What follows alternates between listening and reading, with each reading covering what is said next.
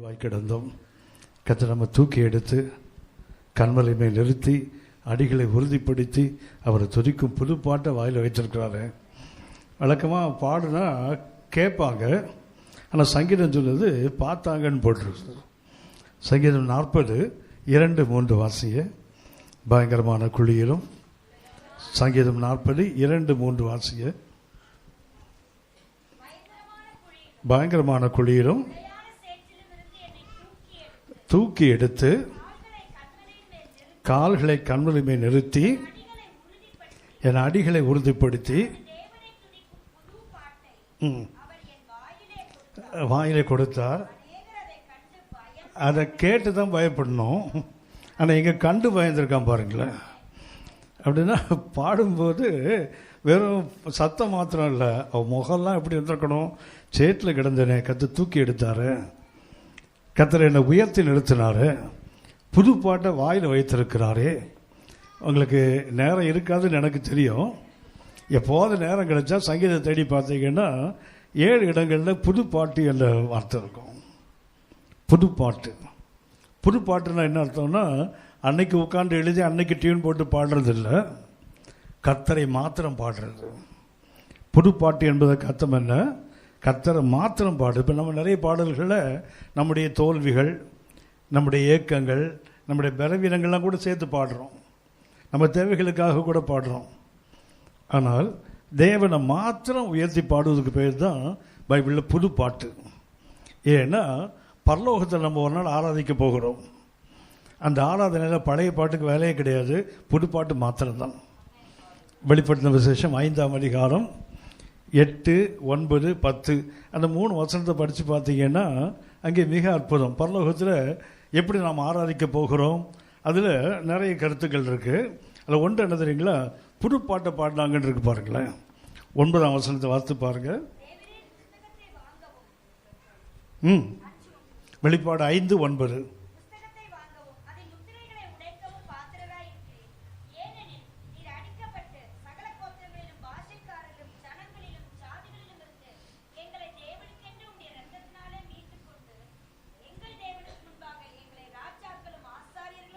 ஆக்கினீரே பரலோகத்தில் பாட போகிற பாட்டு புது பாட்டு தான், பழைய பாட்டுக்கு வேலையே கிடையாது. சரியா? ஆக நான் தான் சொன்னேன், சங்கீதத்தில் நீங்கள் தேடி பார்த்தீங்கன்னா புது பாட்டு என்ற வார்த்தை எப்போதுமே எப்படி இருக்கும்னா கர்த்தரை மாத்திரம் பாடுறது தான். இப்போ நம்முடைய பாடல்களில் நம்முடைய தோல்விகள், நம்முடைய ஏக்கங்கள், கர்த்தர் நம்ம எதிர்பார்ப்பது, நம்முடைய தேவைகள் எல்லாமே பாட்டில் சேர்ந்தா இருக்கும். கர்த்தரையும் பாடுவோம், கூட என்ன பண்ணுவோம், அப்பா இதை கொடுக்க மாட்டீங்களா அப்படி பாடுவோம். ஆனால் புது பாட்டு என்பது கர்த்தரை மாத்திரம் பாடுறது தான், தேவனை மாத்திரம் பாடுவது. அதுதான் பரலோகத்தை நம்ம ஒரு நாள் ஆராதிக்க போகிறோம். அந்த ஆராதனையில் பாடுற பாட்டு புது பாட்டு இல்லை, அது பழைய பாட்டு இல்லை, புது பாட்டு. அப்படின்னா இப்போ சண்டே சர்வீஸில் நம்ம பாடும்போது காலையில் பாஸ்டர் உட்காந்து ஒரு 10 பாட்டு எழுதி அதுக்கு டியூன் போட்டு கொண்டு வந்து பாடணுமா? அப்படி இல்லை. பாட்டு என்னவோ பழைய பாட்டு தான், ஆனால் பாடுகிற ஆவி புது ஆவி, நியூனஸ் இன் தி ஸ்பிரிட். அந்த ஆவியில் புதுமையாக இருந்தால் 2000 வருஷம் 200 வருஷத்துக்கு முன்னாடி பாடின பாட்டு கூட இன்றைக்கும் ஒரு அசைவை உண்டாக்கும். நிறைய பாட்டு இன்றைக்கி எழுதுவது தான், ஆனால் நிறைய மாற்றங்களை கொண்டு வரலையே. அந்த நாட்களுடைய பாடல் இருக்குதே, கண்டிப்பாக மாற்றங்களை கொண்டு வருது. காரணம் என்னென்னா அந்த ஆவி தான் புதுசே தவிர வார்த்தைகள் புதுசு இல்லை. டியூன் பழைய டியூன் தான், ஆனால் நம்ம பாடுகின்ற ஒரு புது ஆவி இருக்குல்ல, அது மிக அவசியமானது. ஆகவே ஆராதனை என்பது கர்த்தரை மாத்திரம் மகிமைப்படுத்துகின்ற ஒரு அனுபவம். நமக்கு தெரிந்த ஒன்று, ஆராதனை நேரத்தில் தான் கர்த்தர் நமக்கு ரொம்ப கிட்ட இருக்கிறார். உபாகமம் 4ஆம் அதிகாரம் 7ஆம் வசனத்தில் வாசிக்கிறோம், நாம் நமது தேவனாகி கர்த்தரை தொழுது கொள்ளும் போதெல்லாம் அவர் நமக்கு சமீபமாக இருக்கிறது போல. அதாவது ஆராதனை நேரம் என்பது கர்த்தர் நம்ம கிட்ட இருக்கிற நேரம் இருப்பது போல, தேவனை இவ்வளவு சமீபமாய் பெற்றிருக்கிற வேற பெரிய ஜாதி எது? யாரோ பயிற்சிக்காரங்கள மைனாரிட்டின்னு சொல்கிறான், நம்ம தாங்க மெஜாரிட்டி. நம்ம தான் பெரிய ஜாதின்னு போட்டிருக்குது. கர்த்தரை தொழுது கொள்ளுகிறவன் தான் பெரிய ஜாதியை தவிர கர்த்தரை தொழுது கொள்ளாதவங்க தான் மைனாரிட்டி, நம்ம தான் மெஜாரிட்டி. ஏனென்றால் தேவனை தொழுது கொள்ளும் போது அவர் நமக்கு கிட்ட இருப்பது போல வேறு எந்த தேவன் என்று அழைக்கப்படுறவங்களும் அந்த ஜனத்துக்கு ஆராதிக்கும் போது கிட்ட இருப்பதில்லை. இவன் நமக்கு இருக்கிறார். இவ்வளவு பெரிய தேவனை சொந்தமாய் பெற்றிருக்கிறோமே, கிட்ட இருந்தால் என்ன ஆகும் தெரியுங்களா? நம்ம கையை நீட்டினாலும் அவரை தொடலாம், அவர் கை நீட்டினாலும் நம்மை தொடலாம். ஆராதனை என்பதற்கே உங்களுக்கு தெரியும்னு நினைக்கிற அர்த்தம். பழைய ஏற்பாட்டில் கர்த்தர் கைகளை முதல்ல நீட்டினதே ஆராதனையில் தான். அப்பா சொல்லுவா தெரியுங்களா, நான் கையை நீட்டினேன்னா நடக்கிற கதையே வேற, அது உரைக்கிறது. ஆனால் கர்த்தர் கையை நீட்டுறதுங்கிறது வந்து எப்படின்னா அற்புதங்கள் அதிசயங்கள் செய்வதற்கு. யாத்திராகமம் 3ஆம் அதிகாரம், யாத்திராகமம் 3ஆம் அதிகாரம் 19-20 வசனத்தை வாசித்து பாருங்க. ஆனாலும் எகிப்தின் ராஜா கை வல்லமை கண்டால் ஒழிய, என் கை வல்லமையை கண்டால் ஒழிய உங்களை போக விடான் என்று நான் அறிவேன். உங்களை போக விடான்னு எனக்கு தெரியும். ஆகையால் நான் என் கையை நீட்டி எகிப்தின் நடுவிலே நான் செய்யும் சகலவித அற்புதங்களாலும் அதை வாதிப்பேன். அதற்கு பின் அவன் உங்களை போக விடுவான். அப்படின்னா ஆராதனையை தடுத்தால் கர்த்தருடைய நீளும். என்ன நடக்கும்? அற்புதம் அதிசயம் நடக்கும். But it be in the negative side. வேதனையை உண்டாக்குகின்ற. எகிப்தின் ராஜா தடுத்தான், பார்வோன் தடுத்தான், 10 வாதைகள் வந்தது. அப்படின்னா ஆராதனையை தடுத்தால் என்ன உண்டாகும்? கர்த்தருடைய கை நீளுகிறது. கர்த்தர் என்ன பண்றாருன்னா அடையாளங்கள் தான், அற்புதங்கள் தான், ஆனால் அது வேதனையை உண்டாக்குறது, வாதையை உண்டாக்குகிறது. பழைய ஏற்பாட்டில் கர்த்தர் கையை முதல்ல நீட்டினதே ஆராதனையை தடுத்த போது தான். யாத்திராகமம் 3:19-20 தான். புதிய ஏற்பாட்டுக்கு வந்தீங்கன்னா கர்த்தர் புதிய ஏற்பாட்டில் கையை முதல்ல நீட்டினதே ஆராதனையோடு சம்பந்தப்பட்டது தான். மத்தேயு 8ஆம் அதிகாரம் 2-3 வசனத்தை வாசித்து பார்த்தீங்கன்னா, அப்பொழுது குஷ்டரோகி ஒருவன் வந்து அவரை பணிந்து என்றால் அவரை ஆராதித்து, ஆண்டவரே உமக்கு சித்தமானால் என்னை சுத்தமாக்க உம்மால் ஆகும் என்றார். இயேசு தமது கையை நீட்டினது புதிய ஏற்பாட்டில் முதல் எப்போ தெரியுங்களா? ஆராய்ச்சது போது தான் கை நீட்டினார். பழைய ஏற்பாட்டில் கர்த்தர் முதல் எப்போ கை நீட்டுறாரு? ஆராதனையை தடுத்தால் கையை நீட்டினாரு. அடையாளங்கள் அற்புதம் நடந்தது, ஆனால் பாதையை உண்டாக்கிட்டு. புதிய ஏற்பாட்டில் ஒருவன் வந்து கர்த்தரை ஆராதிக்கலாம், தொடக்கூடாத தொழுநோயாளியை கையை நீட்டி தொடராரு பாருங்களேன். ஸோ இங்கேயும் அற்புதம், அங்கேயும் அற்புதம். அங்கே தடுத்தால் அற்புதம், இங்கே ஆராதித்தால் அற்புதம். அங்கே தடுத்தால் அற்புதங்களில் வேதனை உண்டாக்கின, பாதைகள் உண்டானது. ஆனால் புதிய ஏற்பாட்டில் கர்த்தரை ஆராதிக்கும் போது விடுதலை உண்டாகுது பாருங்க. சுத்தமானான் பாருங்களேன், தள்ளப்பட்டவன் சுத்தமாகறான்ல. அப்படின்னா ஆராதனை நேரம் என்பது கர்த்தர் நமக்கு ரொம்ப கிட்ட இருக்கிற நேரம், அவர் கை நீட்டப்பட்டிருக்கிற நேரம். தொட்டா என்ன நடக்கும்? எதுவும் நடக்கும். கர்த்தர் கையை நீட்டி தொட்டார்னா என்ன நடக்கும்? நம்ம புத்திக்கு அப்பாற்பட்ட மகத்துவங்களை கர்த்தர் செய்ய முடியும். அதனால ஆராதனை என்பது என்னவோ ஞாயிற்றுக்கிழமை வந்து அட்டண்டன்ஸ் கொடுத்துட்டு அப்படி போயிட்டோம், அது இல்லை. கர்த்தர் கிட்ட இருக்கிற நேரம், கர்த்தர் கைகள் நீட்டப்பட்டிருக்கிற நேரம், அடையாளங்கள் அற்புதம் கைகளில் நிறைந்திருக்கின்ற அந்த நேரம். அவர் கை நீட்டினாலும் அற்புதம் தான், நாம கை நீட்டி அவரை தொட்டாலும் அற்புதம் தான். ஏன்னா அவ்வளவு கிட்ட இருப்பது ஒரு தேவனை வேற யாரும் பெற்றுக்கொண்டதில்லை, சபை மாத்திரம்தான் பெற்றுக்கொண்டிருக்கிறது. சரியா? இந்த நாளில் நான் உங்களோடு பேச விரும்புகின்ற செய்தியில் என்னவென்றால், ஒரு மாடல் வொர்ஷிப்பர், கர்த்தரை ஆராதிக்கிற ஒரு மாதிரி இல்லை, ஒரு மாதிரி. சரியா? ஆராதிக்கிறவன் எப்படிப்பட்டவனாக இருக்க வேண்டும் என்பதற்கு அப்போஸ்தலர் நடபடிகள் 8ஆம் அதிகாரம் 26 முதல் 39 வசனங்கள் வாசிக்க வேண்டாம், நமக்கு தெரிந்தது தான். நான் லேசாக சுட்டி காட்டுகிறேன். அப்போஸ்தலர் நடபடிகள் 8ஆம் அதிகாரம் 26ஆம் வசனம் முதல் அந்த அதிகாரம் கடைசி வசனம் 39ஆம் வசனம் வரைக்கும் பார்த்தீங்கன்னு சொன்னால், அங்கே கர்த்தரை ஆராதிக்க ஒருவன் வருகிறான். எங்கிருந்து வருகிறான்? எத்தியோப்பியா என்ற நாட்டில் கந்தாகைங்கிற ஒரு நாடு இருக்குது. அந்த கந்தகை நாட்டிலிருந்து அந்த நாட்டினுடைய ஃபைனான்ஸ் மினிஸ்டர், அந்த நாட்டினுடைய ஒரு நிதி அமைச்சன், அவன் ஆப்பிரிக்காவில் இருக்குது. எத்தியோப்பியா வந்து ஆப்பிரிக்கன் கான்டினென்ட், ஆப்பிரிக்கா கண்டம். ஜெருசலேம் இருப்பது ஆசியா கண்டம். ஒரு ஆராதிப்பதற்கு கண்டை விட்டு கண்டை தாண்டி வரான் பாருங்களா. ஒரு கண்டத்தை விட்டு ஒரு கண்டத்துக்கு தாண்டி வருகிறதற்கு ஒரு ஆராதனைக்கு ஏறக்குறைய மைல் கணக்கில் பார்த்தீங்கன்னா 200 மைல் ஒரு ஆராதனைக்கு வருகிறான். ஒரு நாட்டினுடைய ஃபைனான்ஸ் மினிஸ்டர், அவனுக்கு ஒரு எத்தியோப்பியன் உங்களுக்கு தெரியும் நினைக்கிறேன், பேர்ன்ட் ஃபேஸ் என்ற அர்த்தம். எத்தியோப்பியன் என்றால் முகம் கருகி போனவன் என்ற அர்த்தம். அவனுக்கு முகம்தான் கருப்பாக இருக்குது, ஆனால் உள்ள வெள்ளையாக இருக்கு. அவனுக்கு என்ன பண்ணுறான்? கர்த்தரை ஆராதிப்பதற்கு அவ்வளோ தூரம் வரா தெரியுங்களா?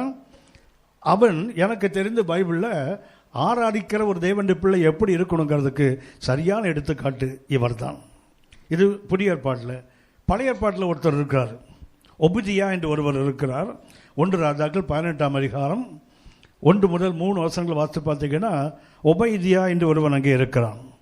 அவன் ஆகாபுடைய ஒரு பெரிய சிறந்த ஆஃபீஸர். அவன் ஒபதியா. பைபிளில் கர்த்தருக்கு பயந்தார்கள், கர்த்தருக்கு பயப்படணும், கர்த்தருக்கு பயப்படுற பயம், இந்த சொற்றொடர் 160 முறை இருக்கு பைபிளில். Fear God, they feared God, fear of God, இதெல்லாம் சேர்த்து பார்த்தீங்கன்னா 160 முறை இருக்கு. ஆனால் மிகவும் பயந்தான், அது ஃபியர் கிரேட்லி என்ற வார்த்தை ஒரே ஒரு முறை தான் அது இந்த ஒபதியாவுக்கு சொல்லப்பட்டிருக்கு. 1 ராஜாக்கள் 18ஆம் அதிகாரம் 3ஆம் வசனம் பார்த்தீங்கன்னா, அந்த ஒபதியா கர்த்தருக்கு மிகவும் பயந்து நடந்தவன். பைபிளில் ஒரே ஒரு மனிதன் தான் மிகவும் பயந்து நடந்தவன், இது ஒபதியா. ஒபதியா என்றால் வர்ஷிப்பர் ஆஃப் காட், கர்த்தரை ஆராதிக்கிறவன் என்று அர்த்தம். அப்படின்னா பழைய ஏற்பாட்டில் நமக்கு ஒரு ரோல் மாடல் இருக்கு, புதிய ஏற்பாட்டில் ஒரு ரோல் மாடல் இருக்குது. How to worship the Lord or a model worshipper. ஒரு கர்த்தரை ஆராதிக்க ஒரு கர்த்தரை பிள்ளை எப்படி இருக்க வேண்டும் என்பதற்கு பழைய ஏற்பாட்டில் ஒபதியா, புதிய ஏற்பாட்டில் இந்த கந்தாகேய நாட்டினுடைய நிதி அமைச்சன். சரியா? பேர் கூட இல்லை பாருங்கள், அந்த புண்ணியவானுக்கு பேர் கூட இல்லை. நம்ம பேரெல்லாம் டிஜிட்டல் பேனரில் தொங்குது. ஆனால் கர்த்தரை உண்மையாக ஆராதித்து வருவனுக்கு பேர் கூட பரலோகம் இந்த பைபிளில் எழுதி வைக்கல பாருங்களேன். எனக்கு தெரிந்து பேர் எழுதப்படாத அநேகர் நமக்கு உதாரணம். பேர் எழுதுனா அவங்களுக்கு மாத்திரம், பேர் எழுதலைன்னா ஃபார் எவ்ரிபடி, ஒவ்வொருவருக்கும் சொந்தம். அப்படின்னா இன்றைக்கி ஆராதிக்க வந்திருக்கிறோம், ஆராதிக்கிறவங்களுக்கு எப்படி இருக்க வேண்டும்? முதல்ல ஒரு சின்ன அதை அறிமுகமாக வந்து சொல்லிவிட்டு நான் தொடர்ந்து கடந்து போகிறேன். 8ஆம் அதிகாரம் 26ஆம் வசனம், அப்போஸ்தலர் நடபடிகள் 8ஆம் அதிகாரம் 26ஆம் வசனத்தை பார்த்தீங்கன்னா, பின்பு கர்த்தருடைய தூதன் பிலிப்பை நோக்கி, பின்பு கர்த்தருடைய தூதன் பிலிப்பை நோக்கி, நீ எழுந்து. அப்படின்னா இவர் என்ன பண்றாரு? யாரை பார்த்து எழுந்திருப்போம்? உட்கார்ந்துருக்க பார்த்து தான் எழுந்திருப்போம். சரியா? இந்த பிலிப் யார்? இந்த கிரேட் இவாஞ்சலிஸ்ட். அதாவது 25ஆம் வசனம் பார்த்தீங்கன்னா, சமாரியாவில் ஒரு பெரிய ரிவைவலுக்கு சொந்தக்காரர் அவர் தான்.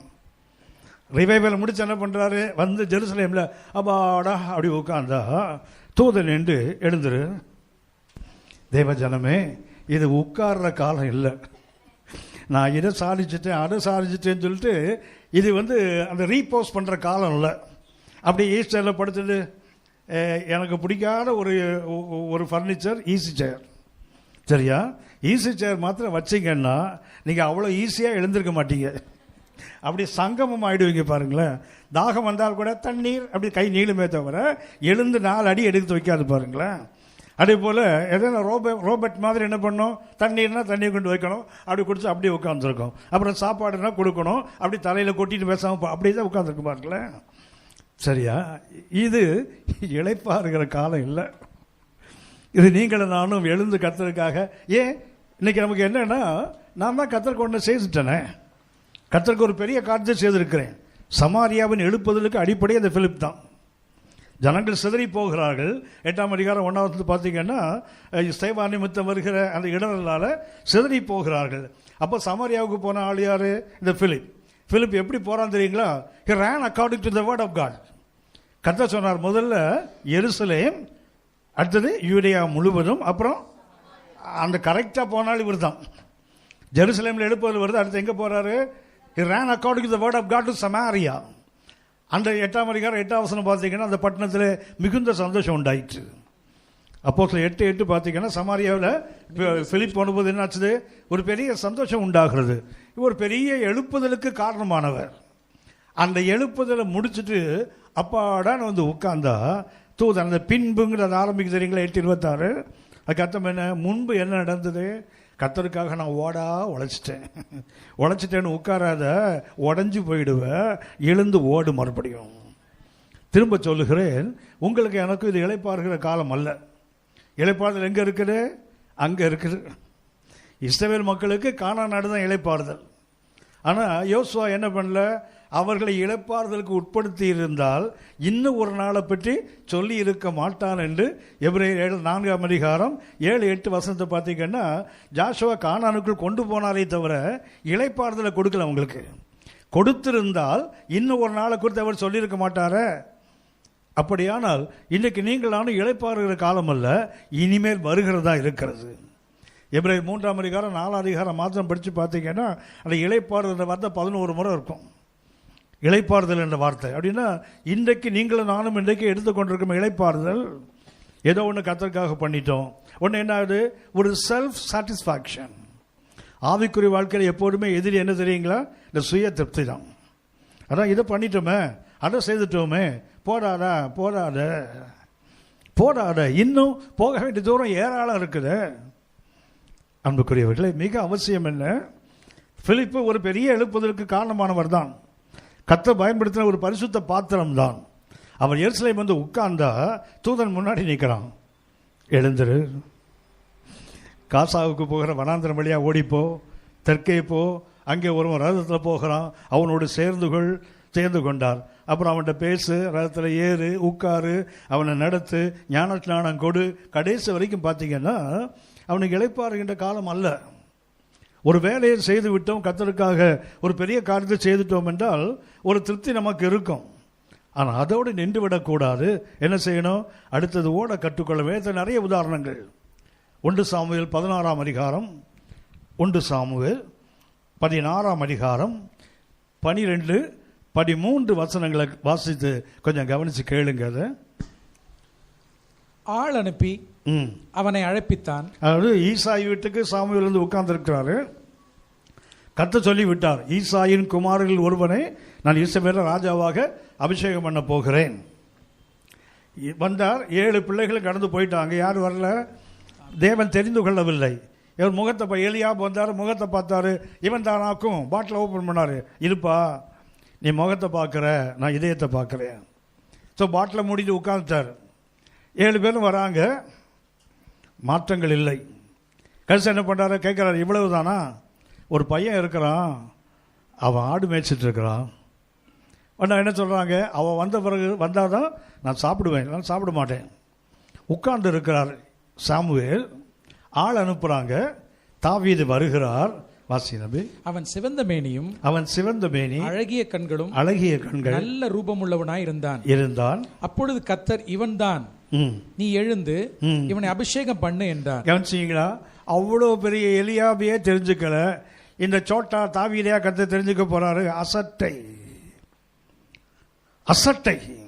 அசதி. இவ்வளவு பேரை தெரிஞ்சுக்கல.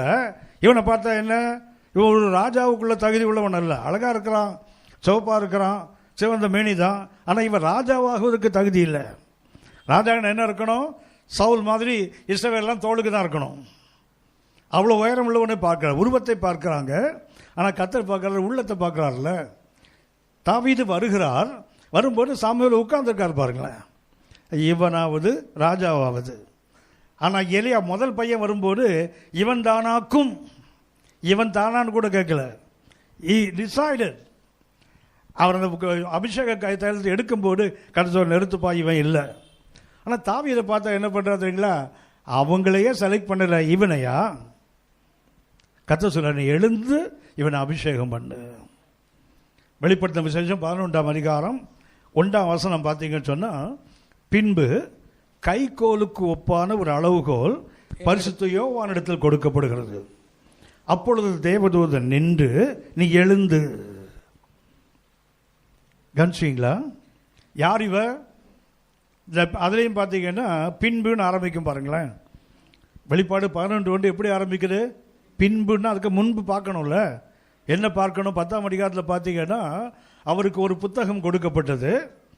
இதை நீ சாப்பிடு, அது என்ன ஆகும், உனக்கு வாய்க்கு இனிமையாக இருக்கும், குடலுக்கு வந்து கசப்பாக இருக்கும். நீ என்ன பண்ணும், இன்னும் அதிகமாக தீர்க்க தரிசனம் சொல்லப்பட்டதில்ல, இன்னும் நீ அதிகமாக தீர்க்க தரிசனம் சொல்லு என்று அவனுக்கு சொல்லப்பட்டது.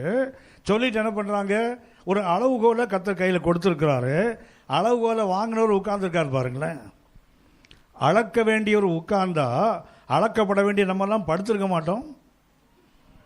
அளக்கின்ற யோவானே அளந்துட்டு உட்கார்ந்தாருன்னா ஸ்கேலை வாங்கிட்டு, அளக்கப்படுற மனுஷன் எப்படி இருந்திருப்பான்? அன்புக்குரியவர்களே, பெரிய தேவ மனிதன் தான். இயேசுவின் மார்பிளை சாய்ந்து கொள்கிற அந்த மகத்துவத்தை பெற்றவர் தான். இயேசுவுக்கு அன்பான சீசன் தான். ஆனாலும் ஒரு அசதி இருக்குல்ல. God said, stood up, எழுந்திரு எழுந்திரு. இந்த காலைவேளை ஒன்றை சொல்லுகிறேன், ஆவிக்குரிய வாழ்க்கையினுடைய அனுபவம் என்னவென்றால், அப்புறம் என்ற வார்த்தையே கிடையாது. இப்போதான், அப்புறம் பார்த்துக்கிறேன், அப்புறம் செய்கிறேன், எப்போதும் செய்ய மாட்டோம். ஒன்று செய்யணும்னா ஆல் ஆஃப் எ சடன் உடனே. பைபிளில் ஹேஸ்ட் என்ற ஒரு வார்த்தை இருக்கும், தீவிரம். இந்த தீவிரம் இருக்குது தெரியுங்களா? தீவிரம் என்றால் உதாரணமாக தீ விரித்தல்னு பைபிளில் ஒன்று இருக்குது தெரியுங்களா? தீ விரித்தல் ஒரு வார்த்தையை அடிக்கடி வாசிப்போம். தீ விரித்தல் என்றால் காட்டு தீ பரவுதல் அர்த்தம். தீ விரித்தல் என்றால், இப்போ தாவீது என்ன பண்ணால் சவுலுக்கு கைகளுக்கு தப்பித்தோட அவன் தீ விரித்தான் போட்டுருக்கு தெரியுங்களா? அதுக்கு அர்த்தம் என்னவென்றால், ஒரு காட்டு தீ பிடித்தால் காற்று எவ்வளோ வேகமாக வீசுதோ அவ்வளோ வேகமாக பரவும். ஒரு கர்த்தருடைய பிள்ளையும் தீ விரிக்கிறவன். அவன் எப்படிப்பட்டவனாக இருக்கணும் தெரியுங்களா? காட்டு தீ எவ்வளோ வேகமாக காற்று அடிக்குதோ அவ்வளோ வேகமாக பரவும்ல. அந்த தன்மை உங்களுக்கு எனக்கு வேண்டும். ஏனென்றால் மனம் திரும்புதலின் முதல் படியே தீவிரம்தான். ஒருவர் உண்மையாக மனம் திரும்பி இருந்தால் அவங்களுடைய முதல் படி என்ன தெரியுங்களா? தீவிரம். 2 கொரிந்தியர் 7ஆம் அதிகாரம் 11ஆம் வசனம் வாசிங்க. பாருங்கள் நீங்கள் தேவனுக்கேற்ற துக்கம் அடைந்ததுண்டு. தேவனுக்கேற்ற துக்கம் அடைந்ததுண்டு. அது உங்களிடத்தில் எவ்வளவு ஜாக்கிரதையா இருந்ததையும். எவ்வளவு ஜாக்கிரதைன்னு போட்டு தெரியுங்களா? அதுக்கு பயன்படுத்துகிற கிரேக்க வார்த்தை ஸ்பூடே. ஸ்பூடே என்றால் தீவிரம் என்ற அர்த்தம். மீட்கப்பட்ட ஒரு, அதில் 7 அடையாளம் இருக்கும். அதில் அந்த 2 கொரிந்தியர் 7:11 பார்த்தீங்கன்னா, அதுக்கு 10 படித்தாதான் உங்களுக்கு அதுக்கு அர்த்தம் புரியும். 2 விதமான துக்கம். ஒன்று தேவனுக்கேற்ற துக்கம், மற்றொன்று லௌகீக துக்கம். உலகத்துக்கேற்ற ஒரு துக்கமும் இருக்குது, கர்த்தருக்கேற்ற ஒரு துக்கமும் இருக்குது. அந்த துக்கம் இருந்தால், எது கர்த்தருக்கேற்ற துக்கம் இருந்தால் பின்பு மனஸ்தாபப்படுவதற்கு ஏது வராது. ஆனால் லௌகீக துக்கம் இருந்தால் அது மரணத்தை பிறப்பிக்கும் போட்டிருக்கும். 11ஆம் வசனத்தில் பாருங்கள் எவ்வளவு எவ்வளவுன்னு, அந்த 11ஆம் வசனத்தில் 7 முறை எவ்வளவுங்கிற வார்த்தை இருக்கும். அதில் ஒரே வசனத்தில், அதாவது மனம் திரும்பின ஒரு தேவனுடைய பிள்ளையின் அடையாளங்கள் 7 அடையாளங்கள். 7ஐயும் கர்த்தர் நம்ம அங்கங்கே தேட வேண்டாம்னு ஒரே வசனத்தை எழுதியிருக்கார் பாருங்க. மனம் திரும்புதலின் 7 அடையாளங்கள். அது முதல் அடையாளம் என்ன தெரியுங்களா? பாருங்கள் எவ்வளவு ஜாக்கிரதை. ஜாக்கிரதை இல்லை, எவ்வளவு தீவிரம்னு அர்த்தம். அவங்க தெரிந்து கொண்டு மரியனையை தூதன் சந்தித்தான்ல, அவரோடு பேசுகிறான். உன்னில் உருவாவது கர்த்தருடைய பரிசுத்தம் எல்லாம் சொல்கிறாங்க. லூக்கா 1ஆம் அதிகாரம் 39ஆம் வசனம் பார்த்தீங்கன்னா, அந்த அம்மா என்ன பண்ணுவாங்க தெரியுங்களா? எழுந்து தீவிரமாய் புறப்பட்டு மலை நாட்டுக்கு போனாங்கன்னு போட்டிருப்பார்களேன். லூக்கா 1:39 பார்த்தீங்கன்னா, அந்நாட்களில் மரியாள் எழுந்து மலை நாட்டிலே யூதேயாவில் உள்ள ஒரு பட்டணத்திற்கு தீவிரமாய் போய். மரியாள் அந்த போட்டோலாம் பார்த்துருக்கீங்களா? மடம் மேரி போட்டோ பார்த்துருக்கீங்களா? பார்த்தா ஒன்றும் பாவம் இல்லை, நான் ஒன்றும் சொல்ல மாட்டேன், சரியா?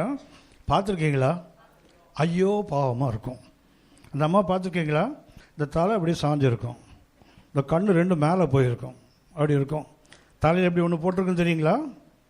பார்த்துருக்கீங்களா? நான் கேத்தலிக்கு வந்தாலும் எனக்கு மாதா ரொம்ப இஷ்டம் எனக்கு, சரியா? சரியா? அந்த சர்ச்சை நீங்கள் எப்பாவது போனீங்கன்னா, ஐயோ அந்த விக்கிரகம் கோட்டை, நீங்கள் போனால் தான் அந்த கோட்டை கீழே விழும். நீங்கள் உள்ளே போகாதவர் உங்கள் ஆவியை அந்த ஆவியை துரத்தணும், சரியா? என்ன பிள்ளையார் கோயிலில் கூப்பிட்டா கூட போய் சுவிசேஷம் சொல்லுவேன். எனக்கு இடம் முக்கியம் இல்லை, எனக்கு வசனம் மாத்திரம் முக்கியம். அவங்க சாமியை கிண்டல் பண்ண மாட்டேன், என் தேவனை உயர்த்தி காண்பிப்பேன் தான். அவங்க சாமி நமக்கு என்னத்துக்கு வேலை? இல்லாததை பற்றி நம்ம ஏன் பேசுவானே? இருக்கிறத பேசுறதுக்கே நம்ம ஆயுசு பத்தாது, இல்லை இல்லாததை பற்றி ஏன் பேசிகிட்டு இருப்பானே? நல்லா கவனித்து கொள்ளுங்கள். அந்த அம்மா இப்போ எப்போது போனீங்கன்னா கொஞ்சம் பாருங்கள் அந்த அம்மாவை. அதுக்கு பேரே வியாகுல மாதா. இந்த அம்மாவுக்கு பேர் என்ன பேர்? வியாகுலம்னா அப்படி தலை லேசாக சாஞ்சிருக்கும், கண்ணு அப்படி தூக்கி இருக்கும், தலையில் முக்கால் போட்டிருக்கு பாருங்களா. பார்த்தீங்கன்னா ஐயோ பாவம் அப்படி இருக்கும். ஆனால் வசனம் சொல்லுது அந்த அம்மா தீவிரவாதின்னு போட்டிருக்கு. அந்த பெயின் பண்ணவங்க, பொம்மை செய்தவங்க என்ன பண்ணிட்டாங்க? ஐயோ பாவமாக்கிட்டாங்க. நான் அந்த கேத்தலிக்காக இருந்து ஆவிக்குரிய சபைக்குள்ளே வந்த உடனே எனக்கு ஒரு பெரிய எதிர்பார்ப்பு இப்போவும் இருக்குது. 35 ஆண்டுகள் ஆயிடுச்சு நான் ரட்சிக்கப்பட்டு, இன்னும் அந்த தேடுதல் எனக்கு இருந்துகிட்டே தான் இருக்குது. சரியா? இந்த சர்ச்சுக்குள்ளே வந்த உடனே நான் பார்த்தேன், அங்கே ஒரு வியாகுல மாதா, இங்கே சபையில் ஒவ்வொன்றும் வியாகுல மாதா. அப்படி தலையில் ஒன்று முக்காட பொழுது இப்படி உட்காந்து இருக்கு பாருங்களேன். நான் நினச்சேன், அந்த ஒரு மாதா வச்சுட்டு அந்த சபை படாத பாடுபடுது, இவ்வளவு மாதா வச்சு நம்ம என்ன பாடுபட போகிறோமோ? கவனித்து கொள்ளுங்கள். அந்த அம்மா பார்த்தா ஐயா பாவமாக தெரியுதில்ல? ஐயா பாவம் இல்லை. லூக்கா 1ஆம் அதிகாரம் 46 வாசித்து பார்த்தீங்கன்னா மரியாளின் பாடல் இருக்கும். அந்த பாடலில் பார்த்தீங்கன்னா 4 விதமான புரட்சிக்கு சொந்தக்காரி அந்த அம்மா. அந்த அம்மாவுடைய அந்த பாடலை பார்த்தீங்கன்னா ஒரு தீவிரவாதி எப்படி பாடுவானோ அப்படி பாடியிருக்காங்க அந்த அம்மா. பலவான்கள் ஆசனங்களிலிருந்து தள்ளுவார், சாமானியனை தூக்கி அதை உட்கார வைப்பார். எவ்வளோ பெரிய மாற்றம் தெரியுங்களா? தீவிரவாதத்தின் அடிப்படை அந்த அம்மாட்ட தான் இருக்குது. ஆனால் பார்த்தா ஐயோ பாவம், அது படம், நிஜம் அப்படி இல்லை. சரியா? யோசித்து பாருங்க, எல்லாம் ஓடுறான், சிலுவைகளை நிற்குது இல்லை. சாதாரணமாக ஒரு அம்மா நிற்க முடியுமா சிலுவைக்கில்? எல்லா சீசனும் ஓடிட்டாங்கல்ல. உமக்காக உயிரை கொடுப்பேன்னு பரிசுத்த பேதுருவே ஓடிட்டாங்கல்ல. அந்த அம்மா நிற்கிது பாருங்களேன். அப்படின்னா சாதாரணமானவர்கள் அல்ல. இன்னைக்கு என்ன வேண்டும்? தீவிரம். அந்த தீவிரம் அந்த மாட்ட கடைசி வரைக்கும் இருந்தது. சரியா? சரி, போகட்டும். அப்படின்னு இன்னைக்கு என்ன வேண்டும்? நீங்கள் நானும் உண்மையாக ஒரு மனம் திரும்புதலை பெற்றிருந்தால் நமக்கு என்ன இருக்கும் தெரியுங்களா? ஒரு தீவிரம் இருக்கணும். மனம் திரும்பினேன்னு சொல்லி சும்மா உட்கார்ந்துருந்தா நம்ம மனம் திரும்புதல் சந்தேகத்துக்குரியது. நான் சரியாக மனம் திரும்பலையோ? மனம் திரும்பி விட்டால் காட்டு தீ பரவுற மாதிரி பரவுது. தீவிரித்தல் தான், தீவிரம் தான். இங்கே என்ன கிடையாது? சாத்வீகத்துக்கு இடமே கிடையாது. குண்டு வைக்கணும்னு அர்த்தம் இல்லை, வீட்டில் கொளுத்தி விடணும்னு அர்த்தம் இல்லை. உள்ளே என்ன இருக்கணும்? ஒரு நெருப்பு எரிஞ்சிக்கிட்டே இருக்கணும். நான் ஒரு முறை பொள்ளாச்சி பக்கத்தில் பஸ்ஸில் போயிட்டே இருக்கும்போது அங்கே ஒரு கவர்மெண்ட் ஸ்கூல், ஒரு ஹையர் செகண்டரி ஸ்கூல் மெயின் ரோட்லேயே இருக்குது. அந்த சுவரில் நிறைய இந்த தலைவர்களுடைய கருத்தெல்லாம் எழுதி வச்சுருக்காங்க. அதில் ஒன்று போட்டிருக்குது, அக்னி குஞ்சு ஒன்றை மரப்பொந்தினுள் வைத்தேன். மரத்தில் சின்ன குருவிகள் இருப்பதற்கு, பறவைகள் சின்ன ஒரு குழி இருக்குது தெரியுங்களா? அதுக்குள்ளே ஒரு நெருப்பு கொண்டு வச்சா என்ன ஆகும்? ஹலோ, மரத்தை எரிச்சிடாது. நீங்கள் நானும் மீட்கப்படும் போது இந்த மரத்தில் ஒரு அக்னி குஞ்சு வைக்கப்படுது. அதை நம்ம எரிக்கணும்ல, அதை நம்ம பட்சிக்கணும்ல. சங்கீதம் 69 தானே, உங்களுடைய வீட்டை குறித்து உண்டான பக்தி வைராக்கியம் என்னை பட்சித்ததுன்னு போட்டிருக்கல. அந்த பட்சிக்கின்ற அனுபவம் வேணும்ல. ஆராதிக்கிறவர்களுக்கு மிக அவசியமானது இந்த காலம் தாழ்த்துதல். அல்லது ஒரு முறை ஒருத்தர் போய் கேட்குறாரு, ஒரு இங்கிலீஷ் ப்ரொஃபஸர் கேட்குறாரு, ஒரு ஆங்கில வார்த்தைக்கு அர்த்தம் கேட்குறாங்க. அது சொன்னார், அப்புறம் சொல்கிறேன். அந்த வார்த்தைக்கு அப்புறமே அப்புறம் சொல்கிறேன் தான். அந்த வார்த்தைக்கு அர்த்தமே என்ன? அப்புறம் சொல்கிறேன் தான். ஒரு குழந்தை தெரியாமல் போய் கேட்குறா, அவர் என்ன சொல்கிறாரு? நான் அப்புறம் சொல்கிறேன். ஆக்சுவலாக அந்த வார்த்தைக்கு அர்த்தமே என்ன தான்? இந்த காலையில் ஒன்றைக்கு அறிந்து கொள்ளுங்கள், கர்த்தரை ஆராதிக்கிற ஒருத்தர் கூட சும்மா இருக்க முடியாது, சும்மா இருக்கக்கூடாது. அழைப்பின்படி முழு நேரமாக நிறைய தேவ மனுஷங்க இருக்காங்க. ஆனால் ரட்சிப்பின்படி ஒவ்வொருவரும் கர்த்தருடைய ஊழியக்காரன் தான். நமக்கு தெரிந்த ஒன்று, யாக்கோபு, அவருக்கு 12 பிள்ளைகள். அந்த 12 பிள்ளைகளில் ஆசாரிய ஊழியம் யாருக்குன்னா லேவி, அது ஆரோன் குடும்பம். ஆரோன் பிள்ளைகளில் கூட ஊனங்கள் இல்லாதவன் தான் ஆசாரியன் ஆகணும். இதான் கர்த்தர் கொடுத்த சட்டம். ஆனால் நீங்கள் பைபிளை பார்த்தீங்கன்னா லேவியராகமம் 25ஆம் அதிகாரம் 55ஆம் வசனம், கடைசி வசனம். லேவியராகமம் 25ஆம் அதிகாரம் கடைசி வசனத்தை கொஞ்சம் வாசிங்க. இஸ்ரவேல் புத்திரர் என் ஊழியக்காரரே, எகிப்திலிருந்து நான் வரவழைத்த என் ஊழியக்காரரே. கவனிச்சிங்களா? 12 கோத்திரமும் ஊழியக்காரன். Not just Levites, or not the one who belong to the family of Aaron. ஆரோனுடைய குடும்பத்தை சார்ந்தவன் மாத்திரம் ஊழியக்காரன் அல்ல. அது அவர்கள் வைராக்கியத்தின் நிமித்தமாக, லேவி புத்திரர் காட்ட வைராக்கியத்தினால அது அவர்களுக்கு போனதே தவிர, கர்த்தருடைய திட்டம் என்ன தெரியுங்களா? எகிப்திலிருந்து யாரெல்லாம் வெளியே வந்தாங்களோ அத்தனை பேரும் கர்த்தருடைய ஊழியக்காரன். இன்றைக்கு சபைகளில் ஊழியங்களை நம்ம பார்க்குறோம், முழு நேர அழைப்பு பெற்ற தேவ மனிதர்கள் இருக்கிறாங்க. அது அழைப்பின்படி. ஆனால் நீங்கள் நானும் ரட்சிக்கப்பட்டிருக்கிறோமே, மீட்கப்பட்ட ஒவ்வொருவரும் கர்த்தருடைய ஊழியத்தை செய்யணும். இது ஒருவர் செய்கிற ஊழியம் அல்ல. அவர் தலைமை தாங்குவது மாத்திரம் அல்ல, நாம் சந்திக்கிற ஆத்துமாக்களை உருவாக்குவது அவங்க வேலை. ஆனால் உள்ளே கொண்டு வருவது யார் வேலைன்னா ஒவ்வொரு கர்த்தருடைய பிள்ளையின் வேலை. நமக்கு தெரியுமே, ஒரு மேய்ப்பன் இருக்கிறான்னா அவங்க முன்னாடி ஒரு 100 ஆடு இருக்குன்னு வச்சுங்களேன். எந்த ஊர்லையாவது மேய்ப்பன் குட்டி போட்டு பார்த்துருக்கீங்களா? ஹலோ, ஆடு தானே குட்டி போடுது. நம்ம சபைகளில் மாத்திரம்தான் மேய்ப்பன் தான் குட்டி போடுவோம். சரியா? ஆடு என்ன பண்ணும்? மலட்டு ஆடு எல்லாம் சபைக்கு வருது, சபைக்கு போகுதே தவிர என்ன பண்ணாது? ஒரு குட்டியை கூட கூட்டு வர மாட்டேங்க பாருங்களேன். ஏன்? அது அவர் இருக்கார்ல. எந்த ஊர்லையா மேய்ப்பன் குட்டி போட்டான்? மேய்ப்பன் வேலை குட்டி என்ன செய்யணும்? வளர்த்து அதை உருவாக்குகின்ற வேலை தான் மேய்ப்பன் வேலை. ஆனால் தான் வேதத்தில் பாஸ்டருக்கு என்ன வார்த்தை? மேய்ப்பன். சரியா? ஏன்? அவர் குட்டி போடக்கூடாது. போட்ட குட்டி என்ன செய்யணும்? அவர் வளர்த்து அதை திறன் உள்ளதாக மாற்றி அடுத்த குட்டி போடுறதுக்கு அதை ஆயத்தப்படுத்த வேண்டும். அதான் அவங்க வேலையை தவிர குட்டி போடுற வேலை இல்லை. சரியா? ஹலோ, உங்களுக்கு தான் சொன்னேன், வேற யாருக்கும் சொல்கிற மாதிரி உட்காந்துருக்கீங்களா? உங்களுக்கே தான் சொல்லுகிறேன். என்ன வேண்டும்? எனக்கு அசதி ஆவிக்குரிய வாழ்க்கையில் பாவத்தின் அடையாளம். கொஞ்சம் அசதியாக உட்கார்ந்தீங்கன்னா என்ன ஆகும் தெரியுங்களா? அது பாவத்துக்கு தான் கொண்டு போகும். ராஜாக்கள் யுத்தம் பண்ணுற காலம் வரும்போது தாவீது எருசலேமில் உட்கார்ந்தான்ல, அதுதானே அவன் வீழ்ச்சிக்கு காரணம். எல்லாவற்றையும் கர்த்தர் அவனை விட்டு விட்டார். ஆனால் அது உரியாவின் மனைவி விஷயம் ஒன்றை தவறன்னு போட்டிருக்கல பைபிளில். 1 ராஜாக்கள் 15ஆம் அதிகாரம் 1 ராஜாக்கள் 15ஆம் அதிகாரம் 3ஆம் வசனம் கொஞ்சம் வாசிங்க. தன் தகப்பன் தனக்கு முன் செய்த எல்லா பாவங்களிலும் அவன் நடந்தான்.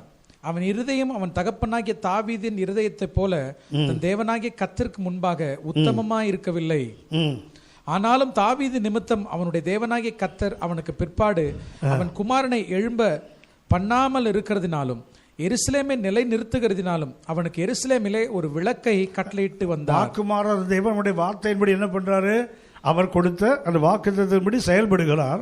5ஆம் வசனம் வாசிங்க. தாவீது ஏத்தியனாகிய உரியாவின் சங்கதி ஒன்று தவிர கர்த்தர் தனக்கு கட்டளையிட்டதிலே தான் உயிரோடு இருந்த நாளெல்லாம் ஒன்றையும் விட்டு விலகாமல் அவர் பார்வைக்கு செம்மையானதை செய்து வந்தார். அந்த உரியாவின் மன விஷயத்தை கர்த்தர் மறக்கவே இல்லை பாருங்களேன். தாவீது அவருடைய கட்டளைகளை எல்லாவற்றையும் கை கொண்டு வந்தான். கர்த்தர் நீங்க பொய் சொல்லுவாரா? பொய் சொல்லுவாரா? பொய் சொல்லுவாரான்னு கேட்டேன். சொல்ல மாட்டார்ல. ஆனால் கர்த்தர் சொல்றாரு, நான் தாவீதுக்கு பொய் சொல்ல மாட்டேன்றாரு. சங்கீதம் 89 35 வாசிங்க. ஒரு விசை என் பரிசுத்தத்தின் பேரில் ஆணையிட்டேன் தாவீதுக்கு நான் பொய் சொல்லேன். என்னவோ அகஸ்தீனுக்கு பொய் சொல்ற மாதிரி சொல்றாரு பாருங்களேன். அகஸ்தீனுக்கு வேணா பொய் சொல்லுவேன், தாவீதுக்கு மாத்திரம் என்னால எவ்வளவு வேணும் பொய்யுரையாத தேவன். ஆனால் தாவீதுக்கு எவ்வளோ உயர்ந்த இடத்தை கொடுத்துருக்காரு பாருங்களேன். உன் சந்ததி சூரியன் உள்ளளவும் சந்திரன் உள்ளளவும் சிங்காசன வீட்டுக்கு வாக்கு கொடுத்தா தெரியுங்களா? அடி சுட்டி காட்டுகிறார். நான் என்னால் பொய் சொல்ல முடியாது தாவீதுக்கு அப்படின்னா என்னவோ நமக்கு பொய் சொல்கிற மாதிரி பேசுகிறாரு பாருங்களா. யாருக்கும் பொய் சொல்லாத தேவன் என்ன பண்ணுறாரு? ஒரு வேளை பொய் சொல்கிற வாய்ப்பு வந்தால் தாவீதுக்கு மாத்திரம் சொல்ல மாட்டேன். எந்த அளவுக்கு உயர்த்தப்ப தாவீது. ஆனால் அந்த உரியாவின் மனைவி விஷயத்தை கர்த்தர் மறக்கலை பாருங்களேன். அப்படின்னா எவ்வளவு பெரிய தேவன் நம்ம பிள்ளை மனிதனாக இருந்தாலும் கர்த்தருடைய வார்த்தையை மீறி நடந்தால் அது காரணம் என்ன தெரியுங்களா? அசதி. நீ ஒழுங்காக ராஜாக்கள் யுத்தம் பண்ணுற காலத்தில் யுத்தத்துக்கு போயிருந்தன்னா நீ உப்பரிகளை உலாவ மாட்டல. அது என்னவோ தெரியல, அந்த காலத்துலேருந்து இந்த காலத்து வரைக்கும் ராஜாக்களுக்கு நல்ல புத்தி இருக்காது போல இருக்கு. ஆதியாகமம் 26ஆம் அதிகாரம் பார்த்தீங்கன்னா அந்த அபிமெலேக்குன்னு ஒரு ராஜா இருக்கிறான். ஈசாக்கும் ரெபேக்காவும் அவங்க வீட்டில் விளையாடிட்டு இருக்காங்க. ஆதியாகமம் 26:8 பார்த்தீங்கன்னா ஈசாக்கு என்ன பண்ணுறான்? அவன் மனைவியோடு விளையாடிட்டு இருந்தானான். இந்த அபிமெலேக்கு, நீ ராஜா, உனக்கே இவ்வளோ மட்டமான புத்தி, ஜன்னல் வழியாக பார்த்தானான். உன்னை யாரா பார்க்க சொன்னது? அடுத்தவன் அந்த ரங்கத்துக்குள்ளே ஏன் நுழைஞ்சு பார்க்குற நீ? You are not supposed to enter into another one's privacy. இன்னொரு நம்ம எல்லாத்தையுமே ஒரு ஆவி இருக்குது. யாராவது ஒருத்தர் பார்க்க போகிறோன்னு வச்சுங்களேன், கதவு பூட்டியிருந்தா என்ன பண்ணுவோம்? தட்டுவோம். கதவை திறக்கல, நான் ஜன்னல் எட்டி பார்ப்போம் பாருங்களேன். அந்த புத்தி எல்லாத்துலேயும் இருக்குது. கிரிமினல் ஆக்டிவிட்டி அது. கிரிமினல், அதாவது அடுத்தவங்க அந்தரத்துக்குள்ள எட்டி பார்த்தா அது ஃபர்ஸ்ட் கிரேட் மர்டருக்கு சமம். அதாவது திட்டம் போட்டு கொலை பண்ணுறான் தெரியுங்களா, அதுக்கு சமம் அடுத்தவன் அந்தரங்கத்தை எட்டி பார்ப்பது. அந்த அபிமெலேக்கு ஆவி அப்படியே தாவியிலே முடிச்சிருப்பாருங்களேன்.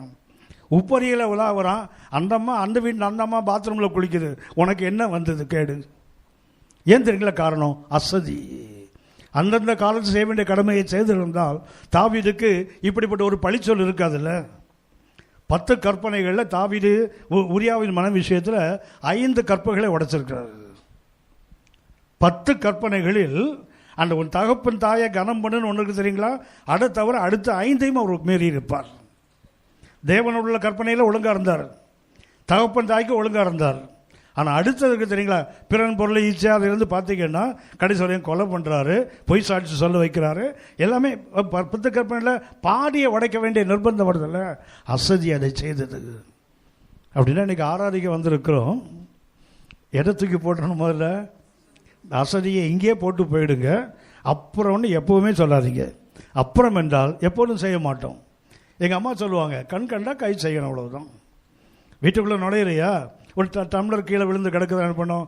யார் இந்த வீட்டில் ஒரு பெரிய இளவா போச்சுட, டம்ளர் யார் இங்கே போட்டது, ஏன் கத்தரை எடுத்து வச்சா முடிஞ்சு போச்சுல, பார்த்தியா எடுத்தவே முடிஞ்சு போச்சு. அது ஏன் இவன் எங்கே போட்டான், எதுக்கு போட்டான், என்ன போட்டான், தேவையா இது உனக்கு? எங்கள் அம்மா அடிக்க சொல்லுவாங்க, கண் கண்டா கை செய்யணும்ப்பா, அது எதுக்கு குற்றம் சாட்டிட்டு உட்காந்துருக்க? சாப்பாடு எல்லாம் டைனிங் டேபிள் வருதில்ல. பார்த்து சொன்னாங்க, டைனிங் டேபிள் தான் யூதனுக்கு பலிபீடம் சொன்னா தெரியுங்களா, நமக்கும் அது பலிபீடம் தான். தண்ணி இருக்காது பாருங்களா. ஹலோ, டைனிங் டேபிள் என்ன இருக்கும்? எல்லாம் இருக்கும். நமக்கும் பலியிடுறது அந்த டைனிங் டேபிள் தான். இங்கே என்ன இருக்காரு இவர் தெரியுங்களா? அப்புறம் நமக்கு ஞாபகம் வரும், 2 ஹைட்ரஜன் ஒரு ஆக்சிஜன் சேர்ந்தால் அதுக்கு பேர் தண்ணீராம். அது கடலில் கிடைக்கும், ஏரியில் இருக்கும், ஆற்றுல இருக்கும், குளத்தில் இருக்கும். டைனிங் டேபிளில் மாத்திரம் இருக்காது. இது ஓடும் தெரியுங்களா, திரும்பி வர்றதுக்குள்ள அவன் 3ஆம் தாண்டி போயிட்டு இருப்பான் அவன் பாட்டுக்கு. கவனிங்க, என்ன பண்ணுறது உடனே கத்து. இந்த வீட்டில் ஒரு பெரிய கொடுமாடா இது. என் நண்பர், அவர் நல்ல பைபிள் டீச்சர், அவர் சொல்லுவார், பிரதர் 22 வருஷம் கத்துறேன் பிரதர், அது திருந்துற மாதிரியே இல்லை பிரதர். சாப்பிடும்போது தண்ணி வைனா தண்ணி வைக்கவே மாட்டேங்கிறான் பிரதர். நான் எனக்கு தெரிஞ்சவெல்லாம் திட்டேன். நான் சொன்னேன், திட்டி உருப்படலை, அப்புறம் ஏன் திட்டுறேன்? சாப்பிடும்போது நீ ஒரு ஜம்பில் தண்ணியை கொண்டு உட்காந்து சாப்பிட்டு உனக்கு என்ன கொள்ள உனக்கு? எதுக்கு அந்த அம்மா தான் வைக்கணுமாயா? நீ தண்ணி வச்சா உள்ள தொண்டையில் இறங்காதோ? அது ஏன் அடுத்தவங்க தான் சரி செய்ய மாட்டாங்கன்னு தெரியுதில்ல, அதுக்கப்புறம் ஏன் அதை இன்சிஸ்ட் பண்ணிட்டு உட்காந்துருப்பானே? என்ன பண்ண, ஒரு டம்ளர் ஒரு செம்மில் தண்ணி கொண்டு போனால் முடிஞ்சு போச்சுல்ல. என்னென்னா அடுத்தவங்களை தான் கரெக்ட் பண்ண விரும்புகிறோம் தவிர நம்ம கரெக்ட் பண்ண. ஒரு நல்ல ஃபேமிலி வாழ்க்கைக்கு முதல் அவசியம் என்ன தெரியுங்களா? never ever try to correct anybody except yourself. என்னை தவிர நான் வேற யாரையும் கரெக்ட் பண்ண முடியாது. எத்தனை வருஷம் வேணா சொல்லி பாருங்க, இந்த தலை வாரத்துக்கு சீப் எடுத்தா அது பல்லு இருக்குதோ இல்லையோ, சிஸ்டர் தலையில் முடி இருக்குதோ இல்லையோ, சீப்பில் முடி இருக்குல்ல, உடனே தூக்கிட்டு இந்த வீட்டில் என்ன பெரிய பிரச்சனை, ஏன் கத்துற, பாக்கெட் ஒரு சீப்பு வச்சுக்கோ, முடிஞ்சு போச்சு இல்லை உங்க கதை. எதுக்கு அங்கே போய் கத்தி நடக்கிற நீ? தெரியும்ல அந்த அம்மாவுக்கு தலையில் முடி இருக்காது, சீப்பில் முடி இருக்குன்னு தெரியும்ல. அதுக்கப்புறம் ஏன் போய் நீ அவங்கள்ட்ட மாற்ற முடியலல்ல? நீ தான் மாறி தொலைய, யாரையும் மாற்ற முடியாது. 40 வருஷம் என்ற குடும்ப வாழ்க்கை. இந்த ஜனவரி 21 வந்தால் 40ஆம் ஆண்டு முடிந்து 42க்குள்ளே நுழைகிறோம். கவனித்துக் கொள்ளுங்கள், என்னுடைய மனைவி என்னுடைய அக்கா மக, என்னோட வளர்ந்தவ, என்னாலே அவளை இது வரைக்கும் மாற்றவே முடியல. 40 வருஷம் என்னோட வளர்ந்தவ, என்னுடைய அக்கா மக, ஆனால் மாற்ற முடியல. அப்புறம் ஏன் இந்த செவரில் போய் இடிக்கிற மாதிரி இடிச்சுட்டே இருப்பானே, மாற்ற முடியாதுன்னு தெரியுதுல்ல. சந்தோஷமாக என்ன பண்ணு, நீ மாறி தொலைச்சிடும், பிரச்சனை இல்லைல்ல. அசதி ரொம்ப பொல்லாது, சரியா? அடுத்தவங்கள குறை கண்டுபிடிக்க தான் தோணும், குற்றம் கண்டுபிடிக்க தோண்டும் இந்த அசதி இருந்தால். அதை விட தண்ணியை கொண்டா அப்படின்னு கேட்கறத விட எழுந்து போய் தண்ணி எடுத்து குடித்தா உனக்கு என்ன ஆச்சுது? இந்த காலு கை முடமா உனக்கு? உட்காந்த இடத்துல இருந்து தண்ணியை கொண்டா, காஃபியை கொண்டான்னு கையை நிட்டுறல, நீ போய் ஒரு காஃபியை போட்டு நீ குடிச்சிட்டு அந்த அம்மாவை கொண்டு கொடுத்தா சந்தோஷமாக இருக்காது? ஹலோ, நமக்கு இருக்கிற நாமளும் மாற மாட்டோம், அடுத்தவனையும் மாறுற வரைக்கும் விடவும் மாட்டோம். ரொம்ப ஈஸி, என்னை நான் மாற்றிக்கொள்வது தான். ஆனால் நம்மளால் மாற்ற முடியாததுனால தான் அடுத்தவங்கள வள்ளு வள்ளுன்னு பிடிக்கிட்டு உட்காந்துருக்குறோம், சரியா? இப்போ நம்ம ஆராதனைக்குள்ளே போயிடலாம். சரியா? பரிசுத்த பிலிப்பா இருக்கட்டும், பரிசுத்த யோவானா இருக்கட்டும், சாமுவேலா இருக்கட்டும், எல்லாருமே என்ன தெரியுங்களா, ஒரு அசதி. தீர்க்க தரிசனம் சொல்லுன்னு சொல்லி வாக்கு பெற்றவர், அளப்பதற்கு அளவுகோலை பெற்ற யோவான் உட்கார்ந்துருக்கார் பாருங்களேன். தேவதூதன் நின்று நீ எழுந்து தேவனுடைய நகரத்தை, ஆலயத்தை தொழுது கொள்ள அளந்து பான்னு சொன்னார்ல. சாமுவேலு கத்த சொன்னார், நீ எழுந்து அவனை அபிஷேகம் பண்ணு. பிலிப்பை சொல்லுகிறார், நீ எழுந்து தெற்கே காசாவுக்கு போகிற வனாந்திரத்தை தான் ஓடி போகும். அப்படின்னா என்ன வேண்டும்? இன்றைக்கு நாம் இன்றைக்கு ஆராதிக்கிறவர்கள் முதல்ல நமக்கு ஒன்று தெரியணும், அசதிக்கு இடம் இல்லை ஆவிக்கிற வாழ்க்கையில். இன்றைக்கி நீங்கள் செய்ய முடியாது, நாளைக்கு செய்யலாம்னு சொன்னீங்கன்னா நாளைக்கு அநேகர் வாழ்க்கையில் வருவதில்லை. நாளைக்கு வரும், நாம் அதை மறந்துட்டு, ஏன்னா அந்தந்த நாளுக்கு அந்தந்த பாடு வந்துட்டே இருக்கும்ல. ஒவ்வொரு நாளுக்கும் அந்தந்த ரெஸ்பான்சிபிலிட்டி வரும். வரும்போது என்னாகும், இது பேக்லாக் ஆகிடுதில்ல, அது பின்தங்கி நின்றுத என்னாகும், அதை விட இதுதான் ப்ரியாரிட்டி, இன்னைக்குள்ளதான முன்னுரிமை. நேற்றுக்குள்ளதை பற்றி நாம் கவலைப்பட மாட்டோமே. நான் அடிக்கடி யோசிப்பேன், இந்த சிலுவையில் கல்வாரி மலையில் 3 சிலுவை இருந்ததில்ல, இருந்தால் நம்புங்க, இருந்தது. சரியா? ஆமாம், இருந்தது. அந்த 3 சிலுவையில் நடு சிலுவை யாருக்கு? இயேசுவுக்கு. வலது பக்க சிலுவை யாருக்கு? நல்ல கள்ளனுக்கு. சரியா? இடது பக்க சிலுவை யாருக்கு? கெட்ட கள்ளனுக்கு. கள்ளனை கூட நல்லவன் சொல்கிற ஒரே கூட்டம் சபதம். அவன் கள்ளப்பையன், அதில் என்ன நல்லவன் கெட்டவன் இருக்குது? சரியா? பைபிளில் சமாரியன் தான் போட்டிருக்குது. நல்ல சமாரியன் இயேசு. யார் அவங்கள நல்லன்னு சொல்ல சொன்னது? அவனை சமாரியன் தானே பைபிளில் போட்டிருக்குது. அதே மாதிரி அந்த அப்பாட்டிருந்து தூரமாக ஓடி போய் திரும்பி வந்தாருங்களா, கெட்ட குமாரன். பைபிளில் கெட்ட குமாரனே போடலை, இளைய மகன்தான். அப்பாட்ட இருக்கும்போது இளைய மகன்தான், பண்டிக்கு முன்னாடி இருக்கும்போது இளைய மகன்தான், திருப்பி வரும்போது அவன் இளைய மகன்தான். இந்த அடைமொழி போடுறதுல நம்ம விட்டு அவர் ஆளே கிடையாது. சரியா? ஹலோ, சரி போட்டோம். நாங்கள் நிர்மூலமாக அது இருப்பது சுத்த கிருபையாம். கிருபையில் என்ன? கிருபையா சுத்தம்தான். அதில் வேற சுத்த கிருபையா. பைபிள் அப்படியே போட்டிருக்குது, கிருபன் தானே போட்டிருக்குது. அதில் நம்மளால் என்ன பண்ணுறோம், கிருபை என்னவோ அழுக்காக இருக்க மாதிரி கொஞ்சம் சுத்தத்தை சேர்த்துக்கிறாங்க. பாருங்களேன், வசனத்தை ஒன்றையும் கூட்டக்கூடாது, குறைக்கக்கூடாது. எப்படி இருக்குதோ அப்படியே அக்செப்ட் பண்ணணும், அவ்வளவுதான். சரியா? சரி, போகட்டும். இப்போது பிலிப்பை சொல்லுகிறார், நீ எழுந்து போ. ஆராதிக்கிறவனுடைய 7 தன்மைகள் நான் சுட்டி காட்டுறேன். ஒன்று செய்கிறேன். முதல்ல அந்த 7ஐயை நான் சொல்லிடுறேன். ஏன்னா உங்களுக்கு இன்றைக்கி மத்தியானம் மேலே நிறைய வேலை இருக்குல்ல. ஹலோ, ஆமாம், நிறைய வேலை இருக்குது.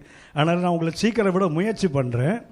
ஒரு வேளை என்னுடைய பழக்கத்தை நான் பாட்டு நீண்டு போயிட்டேன்னா நீங்கள் மெதுவாக எழுந்து வெளியே போயிடுங்க, அவ்வளோதான். சரி, ஸ்டீலவே ஸ்டீலவேன்னு ஒரு பாட்டு இருக்குது. அப்போ என்ன பண்ணுங்க, நான் பைபிள் ஸ்டடி இருக்கும்போது நிறைய பேருக்கு வசதி என்னென்னா, போர்டு இருக்கு இல்லையா, ஒயிட் போர்டில் எழுதி டீச் பண்ணுவோம் தெரியுங்களா. நான் திரும்பும்போது கொஞ்சம் பேர் காணாமல் ஓடிடுவோம் ஆளு. ஏன்னா நேரில் பார்க்கும்போது எழுந்து போகிற மாதிரி அன்னீசியாக இருக்கும்ல. ஏன்னா உங்களுக்கு இங்கே அந்த வாய்ப்பு இல்லை. நீங்கள் என்ன பண்ணுங்க, நீங்கள் எழுந்து போங்க, நான் கவலைப்படவே மாட்டேன். சரியா? எனக்கு அது பழகி போன ஒன்று தான். என் முகத்தை நேரம் அப்படி எழுந்து இப்படி பார்ப்பான் பாருங்களேன், இந்த ஆள் இந்த ஜென்மத்தில் முடிக்க மாட்டான்டா, எழுந்து போயிட்டே இருப்பான் பாருங்களேன். நான் அதுக்கெல்லாம் கவலைப்படுற ஆளே கிடையாது. சில இப்போ ஸ்கூல் பார்த்தீங்கன்னா ரொம்ப வித்தியாசமாக இருக்கும். இந்த வெள்ளிக்கிழமை ஸ்கூலில் சாயங்காலம் கடைசி பீரியடில் பார்த்துருக்கீங்களா? வெள்ளிக்கிழமை சாயங்காலம் கடைசி பீரியடில் பசங்களை பார்த்துருக்கீங்களா? அந்த 3 to 4 அந்த பீரியட் இருக்குது தெரியுங்களா? இவனுக்கு கடுப்பு அடிக்கும் பாருங்களேன். என்ன மாதிரி ஒரு அக்கிரம வாத்தியார் வந்துட்டான்னு வச்சிங்களேன், அந்த 4 மணி பெல் அடிக்கிற வரைக்கும் விட மாட்டாள். இவன் என்ன பண்ணுவான் தெரியுங்களா, 3:15 3 ஆன உடனே வாத்தியார் பார்த்துட்டே இருக்கா தெரியுங்களா, அவர் முன்னாடியே பேக்கை ஓப்பன் பண்ணுவான், புக்கெல்லாம் உள்ள அடுக்குவான். எதுக்கு என்ன முடிச்சு தொலையான்னு அர்த்தம். அது புக்கெல்லாம் அடுக்குவான். அடுத்து என்ன பண்ண போடுவான், சிப்பெல்லாம் இழுத்து மூடுவான். இதை கிறுக்கு வாத்தியாரில் அது படிக்க போயிட்டே இருக்கும். அவனுக்கு கடுப்படிக்கும். மறுபடியும் ஓப்பன் எல்லாம் புக்கு வெளியே வைப்பான் பாருங்களேன். அது சிம்பாலிக்காக என்ன சொல்கிறான்னா முடிச்சு தொலையான்னு அர்த்தம். அதே மாதிரி பைபிள் ஸ்டடி நான் பார்க்குறேன். நான் எடுத்து டீச் பண்ணிட்டே இருக்கேன் தெரியுங்களா. முதல்ல எழுதிக்கிட்டே இருப்பாங்க கொஞ்சம் நேரம் தான். அதுக்கப்புறம் they will lose the interest. அப்புறம் என்ன பண்ணுவாங்க தெரியுங்களா, பெண்ணை அப்படி மூடுவாங்க, நான் பார்க்குற மாதிரி முடிச்சு தொலையான்னு அர்த்தம். அடுத்து என்ன பண்ணுவாங்க, பைபிளை மூடி முன்னாடி வைப்பாங்க. அடுத்தது தான் தோளில் ஒரு பை ஒன்று தொங்குது இல்லை, அந்த பையை திறந்து எல்லாத்தையும் உள்ள அடுக்குவாங்க. எதுக்குன்னா இந்த ஆடு அப்போவாடு ஜனங்க பாவம் படாத பாடுபடுறதுலாம் விட்டு தொலைக்கிறான். எனக்கு ஒரு ஆவி என்னென்னா, இப்படி பண்ணான்னா இன்னும் 1/2 மணி நேரம் சேர்த்து எழுப்பேன் நான். சரியா? அது என்னுடைய ஆவி. அது என்னை வெறுப்பேற்றுறீங்களா, நான் உங்களை வெறுப்பேற்றுறேன் பாருன்னு சொல்லி என்ன பண்ணுவேன், நான் பாட்டுக்கு நானும் சைக்கிளில் ஏற தெரியும் இறங்க தெரியாத ஆள்ல நான் பாட்டுக்கு போயிட்டே இருப்பேன். அவ்வளோதான். கவனித்துக் கொள்ளுங்கள். எங்கள் அப்பா ஒரு ஆசிரியர், எங்கள் ஏசப்பா வாத்தியாருக்கெல்லாம் வாத்தியார். ஹலோ, நிக்கதேமு சொன்னா பாருங்களேன், போதகரே அவனே போதகர் தான் அப்படின்னா டீச்சர் ஆஃப் டீச்சர்ஸ் ஏசப்பா. தெரிஞ்சோ தெரியாமலோ எங்கள் அப்பா என்ன பண்ணாங்கன்னா, எனக்கு 4 அண்ணன். இந்த 4 பேரில் ஒருத்தரையாவது ஆசிரியராக்குன்னு ட்ரை பண்ணாங்க. 4 பேரும் எஸ்கேப் ஆகிட்டானுங்க. நான் தான் கடைசி. எங்கள் அப்பா முடிவு பண்ணிட்டாங்க இவனை விடுறதில்லைன்னு. நமக்கா வழி தெரியும். நானும் முடிவு பண்ணிட்டேன் வாத்தியார் ஆகிடக்கூடாதுன்னு. பிஎட்டுக்கு அப்ளை பண்ணேன். என் ஃப்ரெண்டெல்லாம் அப்ளை பண்ணாங்க. இன்டர்வியூ கார்டு வரும் தெரியுங்களா, எடுத்து கிழிச்சு போட்டேன். அவ்வளோதான். எப்படி கூப்பிடுவான் ஆளு. என் ஃப்ரெண்டெல்லாம் போனாங்க, நான் போகல. எங்கள் அப்பா கேட்டேன் என்னடான்னு கேட்டாங்க. இன்டர்வியூ கார்டே வரலப்பா அப்படின்ட்டு. எங்கள் அப்பா என் ஃப்ரெண்டை கேட்டாங்க, டே என்னடா உனக்கு வந்து அவனுக்கு வரலன்றான். தெரியல சார், எனக்கு வந்து சார் நான் போயிட்டு வந்தேன். எங்கள் அப்பா கடுப்பு, இவனுக்கு என்னடா வரல. என்ன பண்ணாங்க, பாளையங்கோட்டை சென்ட் சேவியர்ஸ் காலேஜ் போனாங்க. அவர்கிட்ட போய் கேட்டாங்க என் பையனுக்கு ஏன் வரல. அதை அனுப்பி எவ்வளோ நாளாச்சுது. அப்படி எஸ்கேப் ஆனவன் வாத்தியார் ஆகாமல் இருக்கணுங்கிறதுக்கு. ஆனால் கத்த கிருபை, ஒரு பைபிள் ஸ்கூலில் டீச் பண்ணுற வாத்தியாராக மாட்டிக்கிட்டேன் பாருங்களேன். எங்கள் அப்பாட்ட ஏமாற்ற முடிஞ்சது, அவர்கிட்ட ஏமாற்ற முடியல. சரியா? அதனால் அதை டீச் பண்ணுறதுனால என்ன ஆகும்னா அது பாட்டு போயிட்டே இருக்கும். அவ்வளோதான். சரியா? உங்களுக்கு நேரம் ஆயிட்டுன்னா நிறைய வாசல் இருக்குல்ல, சரியா, அப்படி இப்படி எஸ்கேப் ஆகி கடந்து ஓடிடுங்க. சரியா? நான் கவலையே பட மாட்டேன். ரைட்டா? ரைட்டா? என்ன தைரியம் பாருங்களேன். ரைட்டுன்னு சொல்கிறாங்க பாருங்களேன். அதுக்கு அத்தனை நாங்கள் ஓடிடுவோன்றாங்க பாருங்களேன். மோசமான ஆளுங்கய்யா. இப்படி எப்படி சொன்னாலும் திருப்பி நம்மளையே மாட்டி வைப்பாங்க. சரி, நான் முதல்ல என்ன பண்ணுறேன், அந்த கந்தாகி மந்திரியை பற்றி ஒரு ஆராதிக்கிறவனுக்கு அவன் ரோல் மாடல் என்றால் 7 கருத்துக்களை சுட்டி காட்டுறேன். எத்தனை என்னால் எக்ஸ்பிளைன் பண்ண முடியுமோ அத்தனை எக்ஸ்பிளைன் பண்ணுறேன். மீதி நீங்களே எக்ஸ்பிளைன் பண்ணிக்கிங்க. சரியா? 1வது, ஒரு ஆராதிக்கிறவனுக்கு என்ன இருக்கும் தெரியுங்களா, இவாலுவேஷன் ஆஃப் ரிச்சஸ். செல்வங்களை குறித்த ஒரு மதிப்பீடு சரியா இருக்கும். If you are a worshipper of God, நீங்களும் நானும் கர்த்தரை தொழுது கொள்கிறவர் என்றால் பணத்தை பற்றி நமக்கு என்ன இருக்கும் தெரியுங்களா, ஒரு மதிப்பீடு இருக்கும். I must know the value of money. எனக்கு என்ன இருக்கணும், I must evaluate what is money. பணம் என்றால் என்ன, அதை மதிப்பு செய்கின்ற அந்த கிருபை இருந்தால் நான் சரியான ஆராதிக்கவனாக இருக்க முடியும். 2வதாக ஒன்றை சுட்டி காட்டுகிறேன். நான் எதுக்கு ஆலயத்துக்கு வரணும்னா ஆராதிப்பதற்கு மாத்திரம்தான். திருப்பி விளக்கி சொல்லுகிறேன். He came to worship. அந்த 26 வசனம் பார்த்தீங்கன்னா அங்கே போட்டிருக்குது. எத்தியோப்பியாவிலிருந்து ஒரு பண்ணால் 27 வசனம் வாசிங்க. அந்தபடி அவன் எழுந்து போனான். அப்பொழுது எத்தியோப்பியருடைய ராஜஸ்திரி ஆகிய கந்தாகே என்பவளுக்கு மந்திரியும் அவளுடைய பொக்கிஷம் எல்லாவற்றுக்கும் தலைவனுமாய் இருந்த எத்தியோப்பியனாகிய ஒருவன் பணிந்து கொள்ளும்படி எருசலேமுக்கு வந்திருந்து பணிந்து கொள்ள வந்த ஒரே ஒரு ஆசாமி வந்தான் பைபிள்ல. If you R a worshipper of God, ஆலயத்துக்கு வரதுக்கு ஒரே ஒரு நோக்கம்தான், just to worship the Lord. வேற எந்த அஜெண்டாவும் கிடையாது. ஆராதிக்க வர்றவங்களுக்கு ஒரே ஒரு நோக்கம் என்ன, நான் கர்த்தரை ஆராதிக்க வரேன், அவ்வளவுதான். இன்றைக்கி நிறைய இடங்களில் அரசியல் நடக்குது. சண்டையில் நிறைய இடங்களில் பார்த்தீங்கன்னா கமிட்டிஸ் நடக்குது. அடித்தடி தகராறு, இந்த ஜாதி பிரச்சனை, அந்த மொழி பிரச்சனை, இந்த நிற பிரச்சனை சபைகளில் நடந்துட்டு இருக்குது இன்னைக்கு. ஆனால் ஆராதிக்கிறவன் எதுக்கு வருவான் தெரியுங்களா, கர்த்தரை ஆராதிப்பதற்கு மாத்திரம். 3வது ஒன்றை சுட்டி காட்டுகிறேன். 3வதாக 28 வசனம் பார்த்தீங்கன்னா லவ் ஃபார் காட்ஸ் வேர்ட். ஆராதிக்கிறவனுக்கு என்ன இருக்கும் தெரியுங்களா, கர்த்தருடைய வார்த்தையின் மேல் ஒரு அசைக்க முடியாத அன்பு இருக்கும். ஆராதித்து விட்டு அவன் திரும்பி போகிறான். போகும்போது பைபிள் படிச்சுட்டு போகிறான் பாருங்களேன். அவன் திரும்பி எருசலேம் வந்து விட்டு ஆராதிட்டு என்ன பண்ணுறாரு, எத்தியோப்பியாவுக்கு போகிறான். போகிற வழியில் என்ன பண்ணான் தெரியுங்களா, அவன் ரதத்தில் உட்காந்து பைபிள் படிக்கிறான் பாருங்களேன். நம்ம ஆள் ஆராதனைக்கு வர்ற காலையில் பைபிளே படிக்கிறது இல்லை நிறைய பேர். ஞாயிற்றுக்கிழமை ஆராதனைக்கு தான் போகிறேன், இன்னைக்குமா பைபிள் படிக்கிறது என்ன மீது 6 நாளும் தலைகள் பைபிள் படிக்கிற மாதிரி. இன்றைக்கி தான் சபைக்கு வரமே, ஜெபம் பண்ணுறது கிடையாது. நிறைய பேர் ஞாயிற்றுக்கிழமை ஆராதனைக்கு வருகிறவர்கள் அநேக ஜெபிப்பதில்லை. கையெல்லாம் தூக்குன்னு சொல்ல மாட்டேன். சரியா? நீங்கள் போய் அப்புறம் கையை தூக்கிட்டு அப்புறம் கை கீழே விடாமல் நின்னா நான் பொறுப்பாயிடுவேன் அதுக்கு. சரியா? என்ன ஆகுன்னா, காலையில் பைபிள் படிக்காமல் ஜெபம் பண்ணாமல் ஆராதனைக்கு வருகிற அநேகர் பெருகி கொண்டிருக்கிற காலம். அப்படி இவனுக்கு என்ன இருக்குது தெரியுங்களா? ஆராதனைக்கு வரும்போதில்ல, திரும்பி போகும்போது பைபிள் படிச்சுட்டு போகிறான் பாருங்களேன். 4வதாக ஒன்றை சொல்லி காட்டுகிறேன். 8ஆம் அதிகாரம் 31ஆம் வசனத்தில் ஆராதிக்க வருகிறவன் எப்படி இருப்பான்னா, தேவ மனிதனை கனப்படுத்துகிறவனாக இருப்பான். Honouring the man of God. தேவ மனிதனை கனப்படுத்துகிறவன் தான் ஆராதிக்க வருகிறவனாக இருக்க முடியும். 5வதாக 8ஆம் அதிகாரம் 36ஆம் வசனம் பார்த்தீங்கன்னா, வாலண்டரினஸ், தன்னார்வம். அப்படி போயிட்டே இருக்கிறாங்க. தண்ணீர் உள்ள இடத்த வந்து கேட்குறான், தண்ணீர் இருக்கிறது, நீங்கள் ஞானஸ்நானம் பெற தடை என்னன்னு கேட்டது ஊழியக்காரன் இல்லை, ஆராதிக்க வந்தவன் கேட்குறான் பாருங்கள். அப்படி அவன்கிட்ட என்ன இருக்குது? தேவனுடைய வார்த்தையை நிறைவேற்றுவதில் அவனுக்குள்ள தன்னார்வம், வாலண்டரினஸ். 6வது ஒன்றை சுட்டி காட்டுகிறேன். 8ஆம் அதிகாரம் 37ஆம் வசனத்தில் அவனுக்கு இருப்பது ஃபெய்த் இன் காட். தேவனிடத்தில் விசுவாசம் அவனுக்கு இருக்குது. நான் பின்னாடி அதை விலைக்கு சொல்லுகிறேன். 8ஆம் அதிகாரம் 37ஆம் வசனத்தில் ஆராதிக்க 6வது தன்மை என்னவென்றால், எஸ் ஃபெய்த் இன் காட். அடுத்தது 8ஆம் அதிகாரம் 39ஆம் வசனம், அவன்கிட்ட இருந்தது ஜாய். ஜாய் அதாவது உங்களுக்கு தெரியும், சந்தோஷம், மகிழ்ச்சி, களி கூறுதல். சந்தோஷத்தில் 3 நிலைகள். ஒன்று என்ன? சந்தோஷம், ஆங்கிலத்தில் ஹாப்பினஸ். அடுத்த மகிழ்ச்சி என்பதுக்கு ஜாய், களி கூறுதலுக்கு ரிஜாய்ஸ், சூப்பர்லேட்டிவ் டிகிரி. இவனுக்கு என்ன இருந்தது தெரியுங்களா? அவன் சந்தோஷம் திரும்பி போனான்னு போட்டிருப்பாருங்களேன். அப்படி அவனுக்கு என்ன இருக்குது? ஆராதிக்கவர்கள் திரும்பி போகும்போது என்ன செய்கிறான்? ஒரு சந்தோஷம் அல்ல, மகிழ்ச்சியோடு போகிறான். நான் திருப்பி அதை சுட்டி காட்டுகிறேன். ஒரு ஆராதிக்கவருடைய 7 அடையாளங்கள் திரும்ப சுட்டி காட்டுகிறான். 1, பணத்தை குறித்த மதிப்பீடு உள்ளவன். ஆராதிக்கிறவனுக்கு முதல்ல என்ன இருக்கும்? he will know the evaluation about money. பணத்தை பற்றிய மதிப்பீடு. 2வதாக அவங்ககிட்ட ஒன்று இருக்குது, he came to worship God. கர்த்தரை ஆராதிக்க மாத்திரம் வந்தவன். 3வதாக he has a love for God's word. கர்த்தருடைய வார்த்தையின் மேல் உள்ள அவனுக்கு அசைக்க முடியாத அன்பு. 4வது he know to honor the man of God.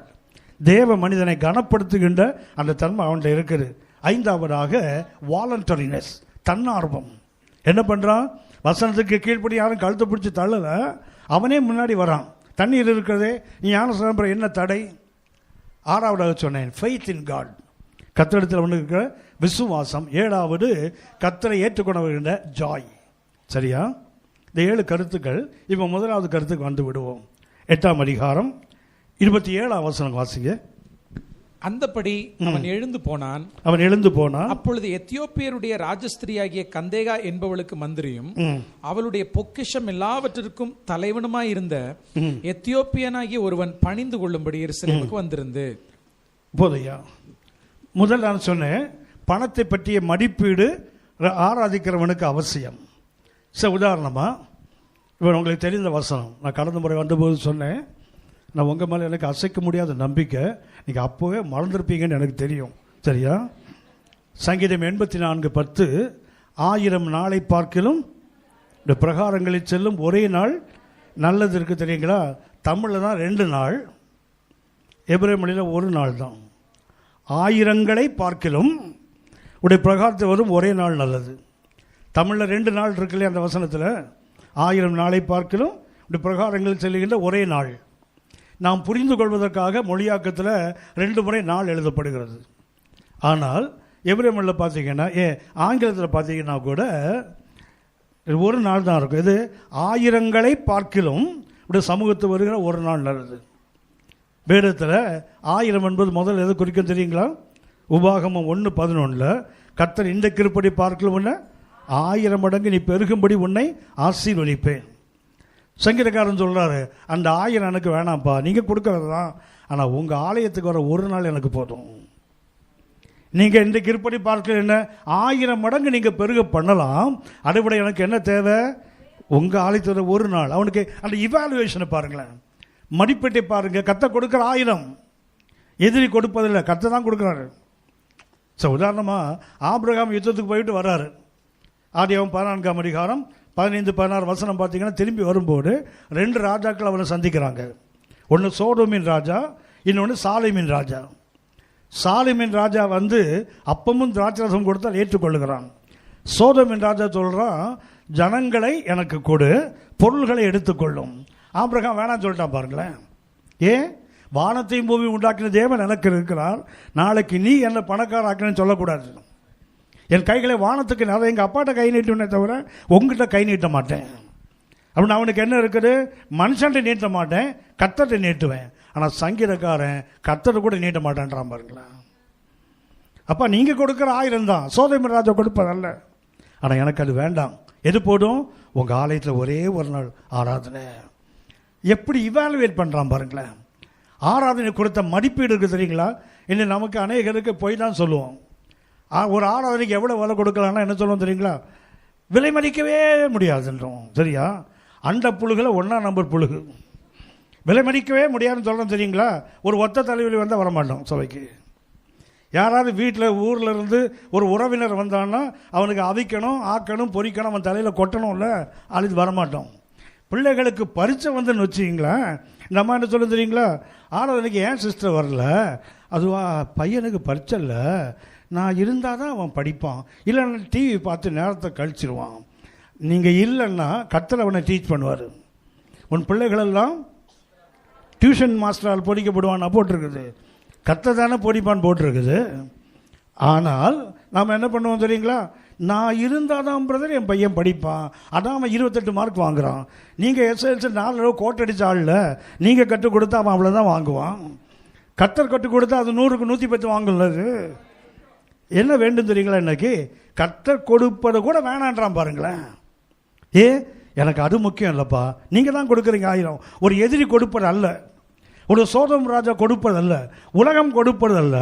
நீங்கள் கொடுக்கிறதா இருந்தாலும் 1000 இருந்தாலும் அதைவிட உங்களை ஆராதிக்க வரன ஒரு நாள் அது ரொம்ப வேல்யூபிள் ஆண்டவரே. ஏன் தெரியுங்களா?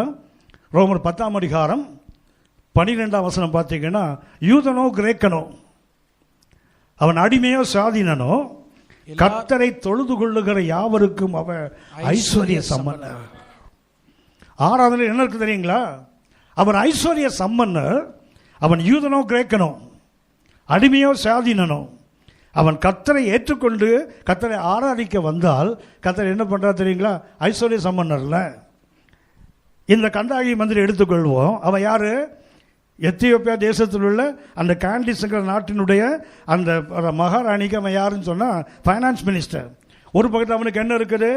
அந்த பொக்கிஷம் எல்லாத்துக்கும் அவன் தான் தலைவன் போட்டிருக்குது. ஸோ அந்த நாடு ரிச்சஸ் மொத்தம் அவன் கையில் இருக்குது. அதை கொஞ்சம் தள்ளி வச்சுட்டு கர்த்தரை ஆராதிக்க வருகிறான். ஏன்? இந்த பொக்கிஷத்துக்கு என்ன செய்ய முடியும்? ஆழத்தை காணலாம். இத்தனை கிலோ கோல்டு, இத்தனை கிலோ பிளாட்டினம், இத்தனை கிலோ சில்வர் கண்டக்ட் போடலாம். ஆனால் கர்த்தரை தொழுது கொள்ளும் போது அவர் ஐஸ்வர்ய சம்பந்தராச்ச. ரோமர் 11:31 சொல்லுது, அவருடைய ஐஸ்வர்யம், அவருடைய ஞானம், அவருடைய அறிவு ஆழம் காண முடியாததாச்ச. அவனுடைய அந்த இவாலுவேஷனை பாருங்களேன். ஆராதிக்கிற மதிப்பீடு என்ன தெரியுங்களா? ஒரு பக்கத்தில் ஒரு மகாராணியினுடைய பொக்கிஷம் மொத்தமாக அவன் கட்டுப்பாட்டில் இருக்குது. அதை அப்படி தள்ளி வச்சுட்டான் பாருங்களேன். எங்கே வருகிறான்? கர்த்தரை இதை எண்ண முடியும், அதை எண்ண முடியாதப்பா. Nobody can ஃபாதம். அந்த ஆழத்தை யாரும் அளந்து பார்க்க முடியாத. எனக்கு யோசிச்சு பாருங்க, ஞாயிற்றுக்கிழமை ஆராதனைக்கு வந்தால் செலவு தான். அதுவே ஆஃபீஸுக்கு போனால் 3 சம்பளம்னா நம்மளால் அங்கே தானே உட்காந்துருப்பான். ஹலோ, ஞாயிற்றுக்கிழமை ஓவர் டைம்பியா உனக்கு வந்தேன்னா 3 சம்பளம் தரேன்னா அவனுக்கு கிறுக்கா சபையில் வந்து உட்காந்துருக்குது இல்லைல்ல? அப்படின்னா இன்னைக்கு ஆராதிக்கிறவங்களுக்கு என்ன இல்லை தெரியுங்களா? அந்த இவாலுவேஷன் ஆஃப் ரிச்சஸ் இல்லை பாருங்களேன். ஒரு நாட்டினுடைய ஃபைனான்ஸ் மினிஸ்டர், அந்த நாட்டினுடைய பொக்கிஷத்துக்கு எல்லாத்துக்கும் அவன் தான் தலைவன். ஆனால் அவர் தள்ளி வச்சுட்டு வர ஒரு கண்டத்தை விட்டு ஒரு கண்ணை தாண்டி வரான் பாருங்களா. வரும்போது ஃபைனான்ஸ் மினிஸ்டராக வந்து போகும்போது திகார் ஜெயிலுக்கு போவேன் நம்ம நினைக்கல பாருங்களா. அவன் கரெக்டாக வரான் பாருங்களேன். போனால் பரவாயில்லடா, என் பொக்கிஷத்தை திருடிட்டு போனாலும் பரவாயில்ல, என் பதவியே பறி போனாலும் பரவாயில்ல. நாம் யார் தெரியுங்களா? Not a zoo. அவன் ஒரு யூதன் அல்ல, ஒரு எத்தியோப்பியன். அவனுக்கு எவ்வளோ பெரிய மதிப்பீடு இருக்கு பாருங்களேன். இந்த காலையில் ஒன்றே சுட்டி காட்டுகிறேன். பணத்தை பற்றி மதிப்பீடு இன்றைக்கு சபைக்கு மிக மிக அவசியம். ஏன்னா நம்முடைய ஊழியங்கள், நம்முடைய எந்த திட்டமாக இருந்தாலும் பேஸ்ட் ஆன் மணி. பணம் இல்லைன்னா எந்த ஊழியமும் செய்ய முடியாது. பணம் இல்லாவிட்டால் கர்த்தருக்காக நம்மளால செய்ய முடியாது. ஆகவே என்னுடைய மினிஸ்ட்ரி எல்லாமே என்ன இருக்குது, பணத்தை அடிப்படையாக கொண்டது தான். சரியா? அப்படின்னா பணத்தை பற்றி நமக்கு ஒரு தெளிவு இருக்கணும்ல, ஒரு புரிந்து கொள்ளுதல் இருக்கணும்ல. ஆண்டவர் இயேசு 5 வசனங்களில் பணத்தை பற்றி மாத்திரமே ஒரு இடத்துல சொல்லியிருப்பார். லூக்கா 16ஆம் அதிகாரம் 9 முதல் 13 வரை வாசித்து பார்த்தீங்கன்னா செல்வத்தை குறித்து ஆண்டவர் இயேசு 5 வார்த்தைகளை பயன்படுத்துகிறார். நான் உங்களுக்கு சொல்லுகிறேன், நீங்கள் மாழும்போது உங்களை நித்தியமான வீடுகளில் ஏற்றுக்கொள்வார் உண்டாகும்படி அநீதியான உலக பொருள்களால். இந்த பணத்துக்கு இயேசு கொடுக்க பேர் என்ன? அன்ரைச்சியஸ்.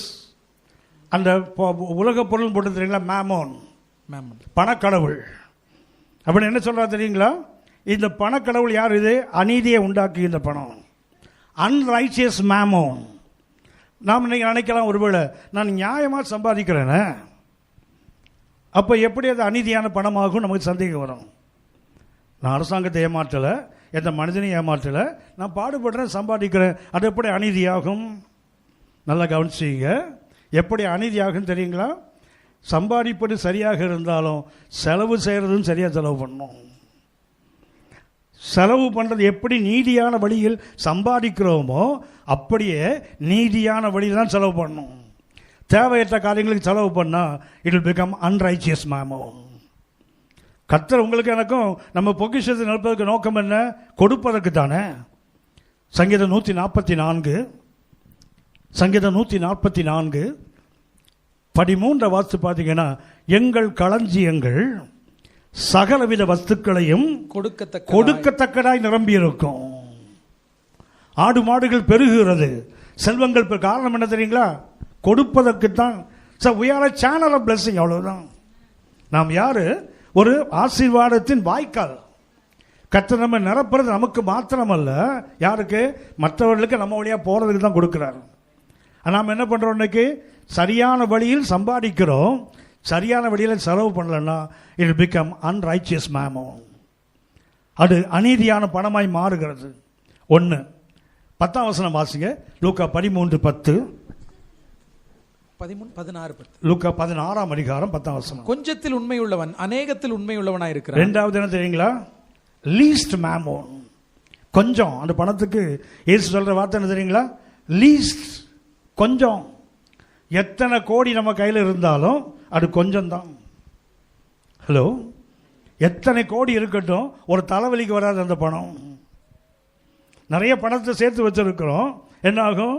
தலைமுறைகளை தாண்டி வரும்னு பார்த்தா பேரும் சொல்லுகிறது, அவன் இருட்டில் உட்காந்து பாடுபடுறான், பிரசங்கி சொல்லுகிறான், பாடுபடுறான், சாப்பிடாம வயிற்ற கட்டி வாயை கட்டி சேர்த்து வைக்கிறான், அவன் பிள்ளை இடத்துல தெரிஞ்சு நட ரோட்டில் நிற்கிறான் போட்டிருக்கு. தெருக்களில் நிற்கிறான் அடுத்த தலைமுறை. அப்படின்னா எத்தனை கோடி இருந்தாலும் நமக்கு தெரியணும், இட்ஸ் a least mammon. இது என்ன பணம்? கொஞ்சம். சரியா? அடுத்த வசனம் 12ஆம் வசனம் வாசிங்க. அநீதியான உலக பொருளை பற்றி. தமிழ்ல 9ஆம் வசனமும் அநீதி, 11ஆம் வசனமும் அநீதி. ஆனால் அதில் பார்த்தீங்கன்னா முதல்ல அன்ரைச்சியஸ் 9ஆம் வசனத்தில், 11ஆம் வசனத்தில் ஃபால்ஸ் மேமோன், போலியான பணம். இந்த பணம் என்ன பணம்? இது ஃபால்ஸ் மேமோன், போலியான ஒரு பணம். அடுத்த வசனம் 12ஆம் வசனம், வேறொருவனுடைய காரியத்தில். அடுத்தது என்ன? another one's mammon, இன்னொருத்தனுடைய பணம். நம்ம பாக்கெட்டில் இப்போ இருக்குது, போகும்போது 3 பிரியாணி பொட்டலம் வாங்கினா அவன் பாக்கெட் போயிடும் பணம். இப்போ நம்ம பாக்கெட்டில் இருப்பது என்ன தான்? 3 எங்களுக்கு பத்தாதுங்க, நான் ஒரு ஆளுக்கு சொன்னேன் 3. சரியா? நீங்கள் 3 பேருக்கு 3 நினச்சிங்களோ? ஒரு ஆளுக்கு 3 பொட்டலம் வாங்கினா கூட பத்தாத ஆள்லாம் இருக்கிற நிறைய பேர். சிலர் சாப்பிட்றத பார்த்து எனக்கு ஆச்சரியமாக இருக்கும். ஒரு முறை ஒரு ஹாஸ்பிட்டலில் ஒருத்தர் ஆக்சிடெண்ட் ஆகி அட்மிட் ஆகிருக்கேன், சென்னை ஹாஸ்பிட்டலில். நான், என்னுடைய மனைவி, என்னுடைய பிரதரில் அவருடைய மனைவி, அது எனக்கு தங்கை வேணும். 4 பேரும் போனால் அவங்கள பார்த்துட்டு திருப்பி வரும்போது என்னுடைய தங்கை சொன்னான், ஆனால் இங்கே உள்ள ரெஸ்டாரண்ட்டில் இது ரொம்ப நல்லா இருக்கும் டிஃபன்லாம். சரி வாங்க 4 பேரும் போனோம். போய் உட்காந்து என்ன பண்ணோம், என்ன வேணும்? மசாலா தோசை வேணும் எல்லாருக்கும். என்ன பண்ணால் நான் மசாலா தோசை ஆர்டர் பண்ணிட்டாங்க. நான் உட்காந்துருக்கேன், பக்கத்தில் ஒய்ஃபு, எதில் பிரதரில் என்னுடைய தங்கை உட்காந்துருக்கேன். இதுக்கு என்ன கொண்டு வச்சாங்க. நான் இதை பார்த்து ஓப்பன் பண்ணிலாம் பார்க்கணும்ல, உள்ள என்ன இருக்குன்னு தெரிஞ்சால் சும்மா மொத்தமாக அப்படியே பிச்சு உள்ளே தள்ளிட்டு கொஞ்சம் திறந்து பாருங்கள், செத்து போன எலி ஏதாவது உள்ளே இருக்க போகுது. சரியா? என்ன பண்ணோம், எலியாவது கொஞ்சம் தெரிஞ்சிடும், பள்ளி தெரியவே தெரியாது, ஈஸியாக உள்ளே அப்படியே உள்ளே போயிடும். சரியா? நான் இப்படி திறந்து பார்த்துட்டு உட்காந்துட்டு என்ன பண்ணேன், சரி அப்படி எடுத்துட்டு பார்த்தா என் தங்க டேபிள் அந்த பிளேட்டு காலியாக இருக்குது. நான் என்ன பண்ணேன்னா கீழே தேடுறேன், டைனிங் டேபிள் கீழேங்க விழுந்துட்டு போலன்னு தேடினா என்னென்னா தேடுறேங்கன்னா தட்டில் தோசை என்னமாச்சு, நான் சாப்பிட்டேன் நான்றான். நான் இன்ஸ்பெக்ஷன் முடியறதுக்குள்ளே ஒரு தோசையே உள்ளே போயிட்டு இருக்குது, ஒரு மசாலா தோசை. அவ்வளோ ஃபாஸ்ட்டாக சாப்பிட்றாலும் நம்மகிட்ட இருக்காங்க. சரி, ஆனால் தான் 3 பிரியாணி பட்டலன்னு சொன்னேன். சரியா? சரி போகட்டும். இன்றைக்கி ஏன் பாக்கெட்டில் இருக்கிறது நாளைக்கு அங்கே போய்டும்ல. ஏன்? அனதர் ஒன்ஸ் மேமோ, நம்ம பணம் இல்லை, பிறனுடையது. அடுத்தது 13ஆம் வசனம், இட் இஸ் அட்ராக்டிங் மேமோ. 2 எஜமான் இருக்காங்க. 2 எஜமானில் ஒருவனுக்கு ஊழியம் செய்யலாம், ஒருவனை அசட்டை பண்ணலாம். ஒருவனை கனப்படுத்துவோம், ஒருத்தர் என்ன பண்ணுவோம், கனவீனப்படுத்துவோம், தள்ளுவோம். ஏன்னா அது என்ன பண்ணும் தெரியுங்களா? இந்த பணம் செய்கிற 5வது வேலை என்னென்னா, கர்த்தருக்கு ஊழியம் செய்கிறவங்க நல்ல ஊழியம் பண்ணாங்க, ஒன்றும் இல்லாத போது கர்த்தர் எல்லாவற்றையும் கொடுத்த போது என்ன தெரியுங்களா, பணமே கடவுளாக மாறி போச்சு. பாருங்களேன் என்ன ஆகுது. பணம். எங்கள் சர்ச்சுக்கு ஒரு முறை அமெரிக்காவிலேருந்து ஒரு ஊழியக்காரர் வந்தார். வந்தவர் அவர் ஃபாஸ்டிங் பிரேயரில் பேசும்போது அவர் நிகழ்ச்சியை சொன்னார். ஃபாஸ்டிங் பிரேயர் சொல்லுகிறார், அவங்க சபையில் ஒரு ஃபாஸ்டிங் பிரேயர் நடத்தியிருக்காங்க. ஃபாஸ்டிங் பிரேயர் போயிட்டே இருக்கும்போது கர்த்தர் அவர்கிட்ட பேசினார். இங்கே ஒரு சகோதரி கார் இல்லாமல், கணவன் இறந்து போயிட்டாரு, கார் இல்லாமல் வேலைக்கு போயிட்டு கஷ்டப்படுறாங்க ஒரு அம்மா. நீ அதை அனௌன்ஸ் பண்ண. இதே சபையில் 2 கார் வச்சுட்டு ஒரு காரை சும்மா ஷெட்டில் பூட்டி வச்சுருக்கான் ஒருத்தன். அந்த காரை அவனுக்கு கொடுக்க சொல்லு. உன்னை இவர் என்ன பண்ணாருன்னா பாசிங் பேரில் திடீர்னு நிறுத்தி சொன்னார். கர்த்தர் சொல்கிறாரு, இங்கே யாரோ ஒரு சகோதரி ஒரு காருக்காக ரொம்ப நாள் ஜெபம் பண்ணிகிட்டு இருக்காங்க. ஒரு யங் வீட்டோ அப்படி எழுந்து நிற்கிறாங்க, குட்டி குட்டியாக 3 பிள்ளைகள். அது சொன்னாங்க, எனக்கு தான் ஒரு கார் வேணும், பிள்ளைகளை பராமரிக்கணும்னா ஒரு வீட்டில் வேலை செய்தால் போடாது, 2-3 வீட்டுக்கு போகணுன்னா கார் இல்லாததுனால நான் கஷ்டமாக இருக்குது, கார் இருந்தால் எல்லா வீட்டுக்கும் ஈஸியாக போவேன், சர்ச் வர்றதுக்கும் எனக்கு ஈஸியாக இருக்கும். உடனே சொன்னார், சரி இந்த அம்மா எழுந்திக்க சொல்லி சொன்னார். இங்கே 2 கார் வச்சு ஒருத்தர் சும்மா வச்சுருக்க ஆள் யாருன்னு கேட்டார். உடனே ஒருத்தர் எழுந்து நின்னான். கர்த்தர் சொல்கிறார், அதை கொடு அப்படின்னாரு. அவன் என்ன பண்ணான்னு தெரியுங்களா, வீட்டில் சாவி இருக்குது, நான் வீட்டுக்கு போய் எடுத்து வந்து கொடுத்துட்றேன். அந்த உபவாசம் முடிஞ்சு போன பிறகு அந்த மனுஷன் வீட்டுக்கு போனால் அந்த வீட்டில் நிறுத்திட்டு காரை ஓப்பன் பண்ணி கொண்டு வந்து அந்த அம்மா வீட்டில் விட்டு சாவியை கொடுத்துட்டு போயிட்டான். இந்த அம்மா உடனே சொல்லுச்சு, கர்த்தர் என் ஜெபத்தை கேட்டார், நான் என்ன பண்ணுவேன், அடுத்த முறை நான் சபைக்கு வரும்போது நம்ம சர்ச்சுக்கு வர ஒரு ஃபேமிலி பக்கத்தில் இருக்கிறாங்க, அவங்களுக்கும் கார் இல்லை, கஷ்டப்படுறாங்க, அவங்களையும் கூப்பிட்டு வந்துடுவேன். சரியா? கொஞ்ச நாள் இப்படி வந்து போயிட்டு இருந்தாங்க. வர வர என்ன ஆகுதுன்னா லேட் ஆகிட்டே வராங்க. ஒரு நாள் வராமலே நின்ட்டாங்க. இது பாஸ்டருக்கு பயம் என்னென்னா, கர்த்தர் சொன்னான்னு காரை வாங்கி கொடுத்துட்டோம், இது வண்டி ஓட்ட திறமை ஆக்சிடென்ட் ஆகி கை கால் இல்லாமல் எனக்கு போகிறாங்க. என்ன பண்ணாலும் வீட்டுக்கு போனால் அந்த அம்மா வீட்டில் உட்காந்துருக்குது. ஆனால் கேட்டார், என்ன சிஸ்டர் என்ன ஆச்சுன்னு கேட்டார். அவங்க சொன்னாங்க, முன்னாடி கார் இல்லாத போது பஸ்ஸு ட்ராமெல்லாம் பிடிச்சி வரணும், என்ன பண்ணுவேன்னா 8 மணிக்கு சர்வீஸ்னா வீட்டில் 5 மணிக்கே கிளம்பிடுவோம். இப்போ கார் இருக்குல்ல, அதை டக்குன்னு போயிடலாம்ல, அதனால் என்ன பண்ணுவேன்னா கொஞ்சம் லேட்டாக போக ஆரம்பித்தேன்.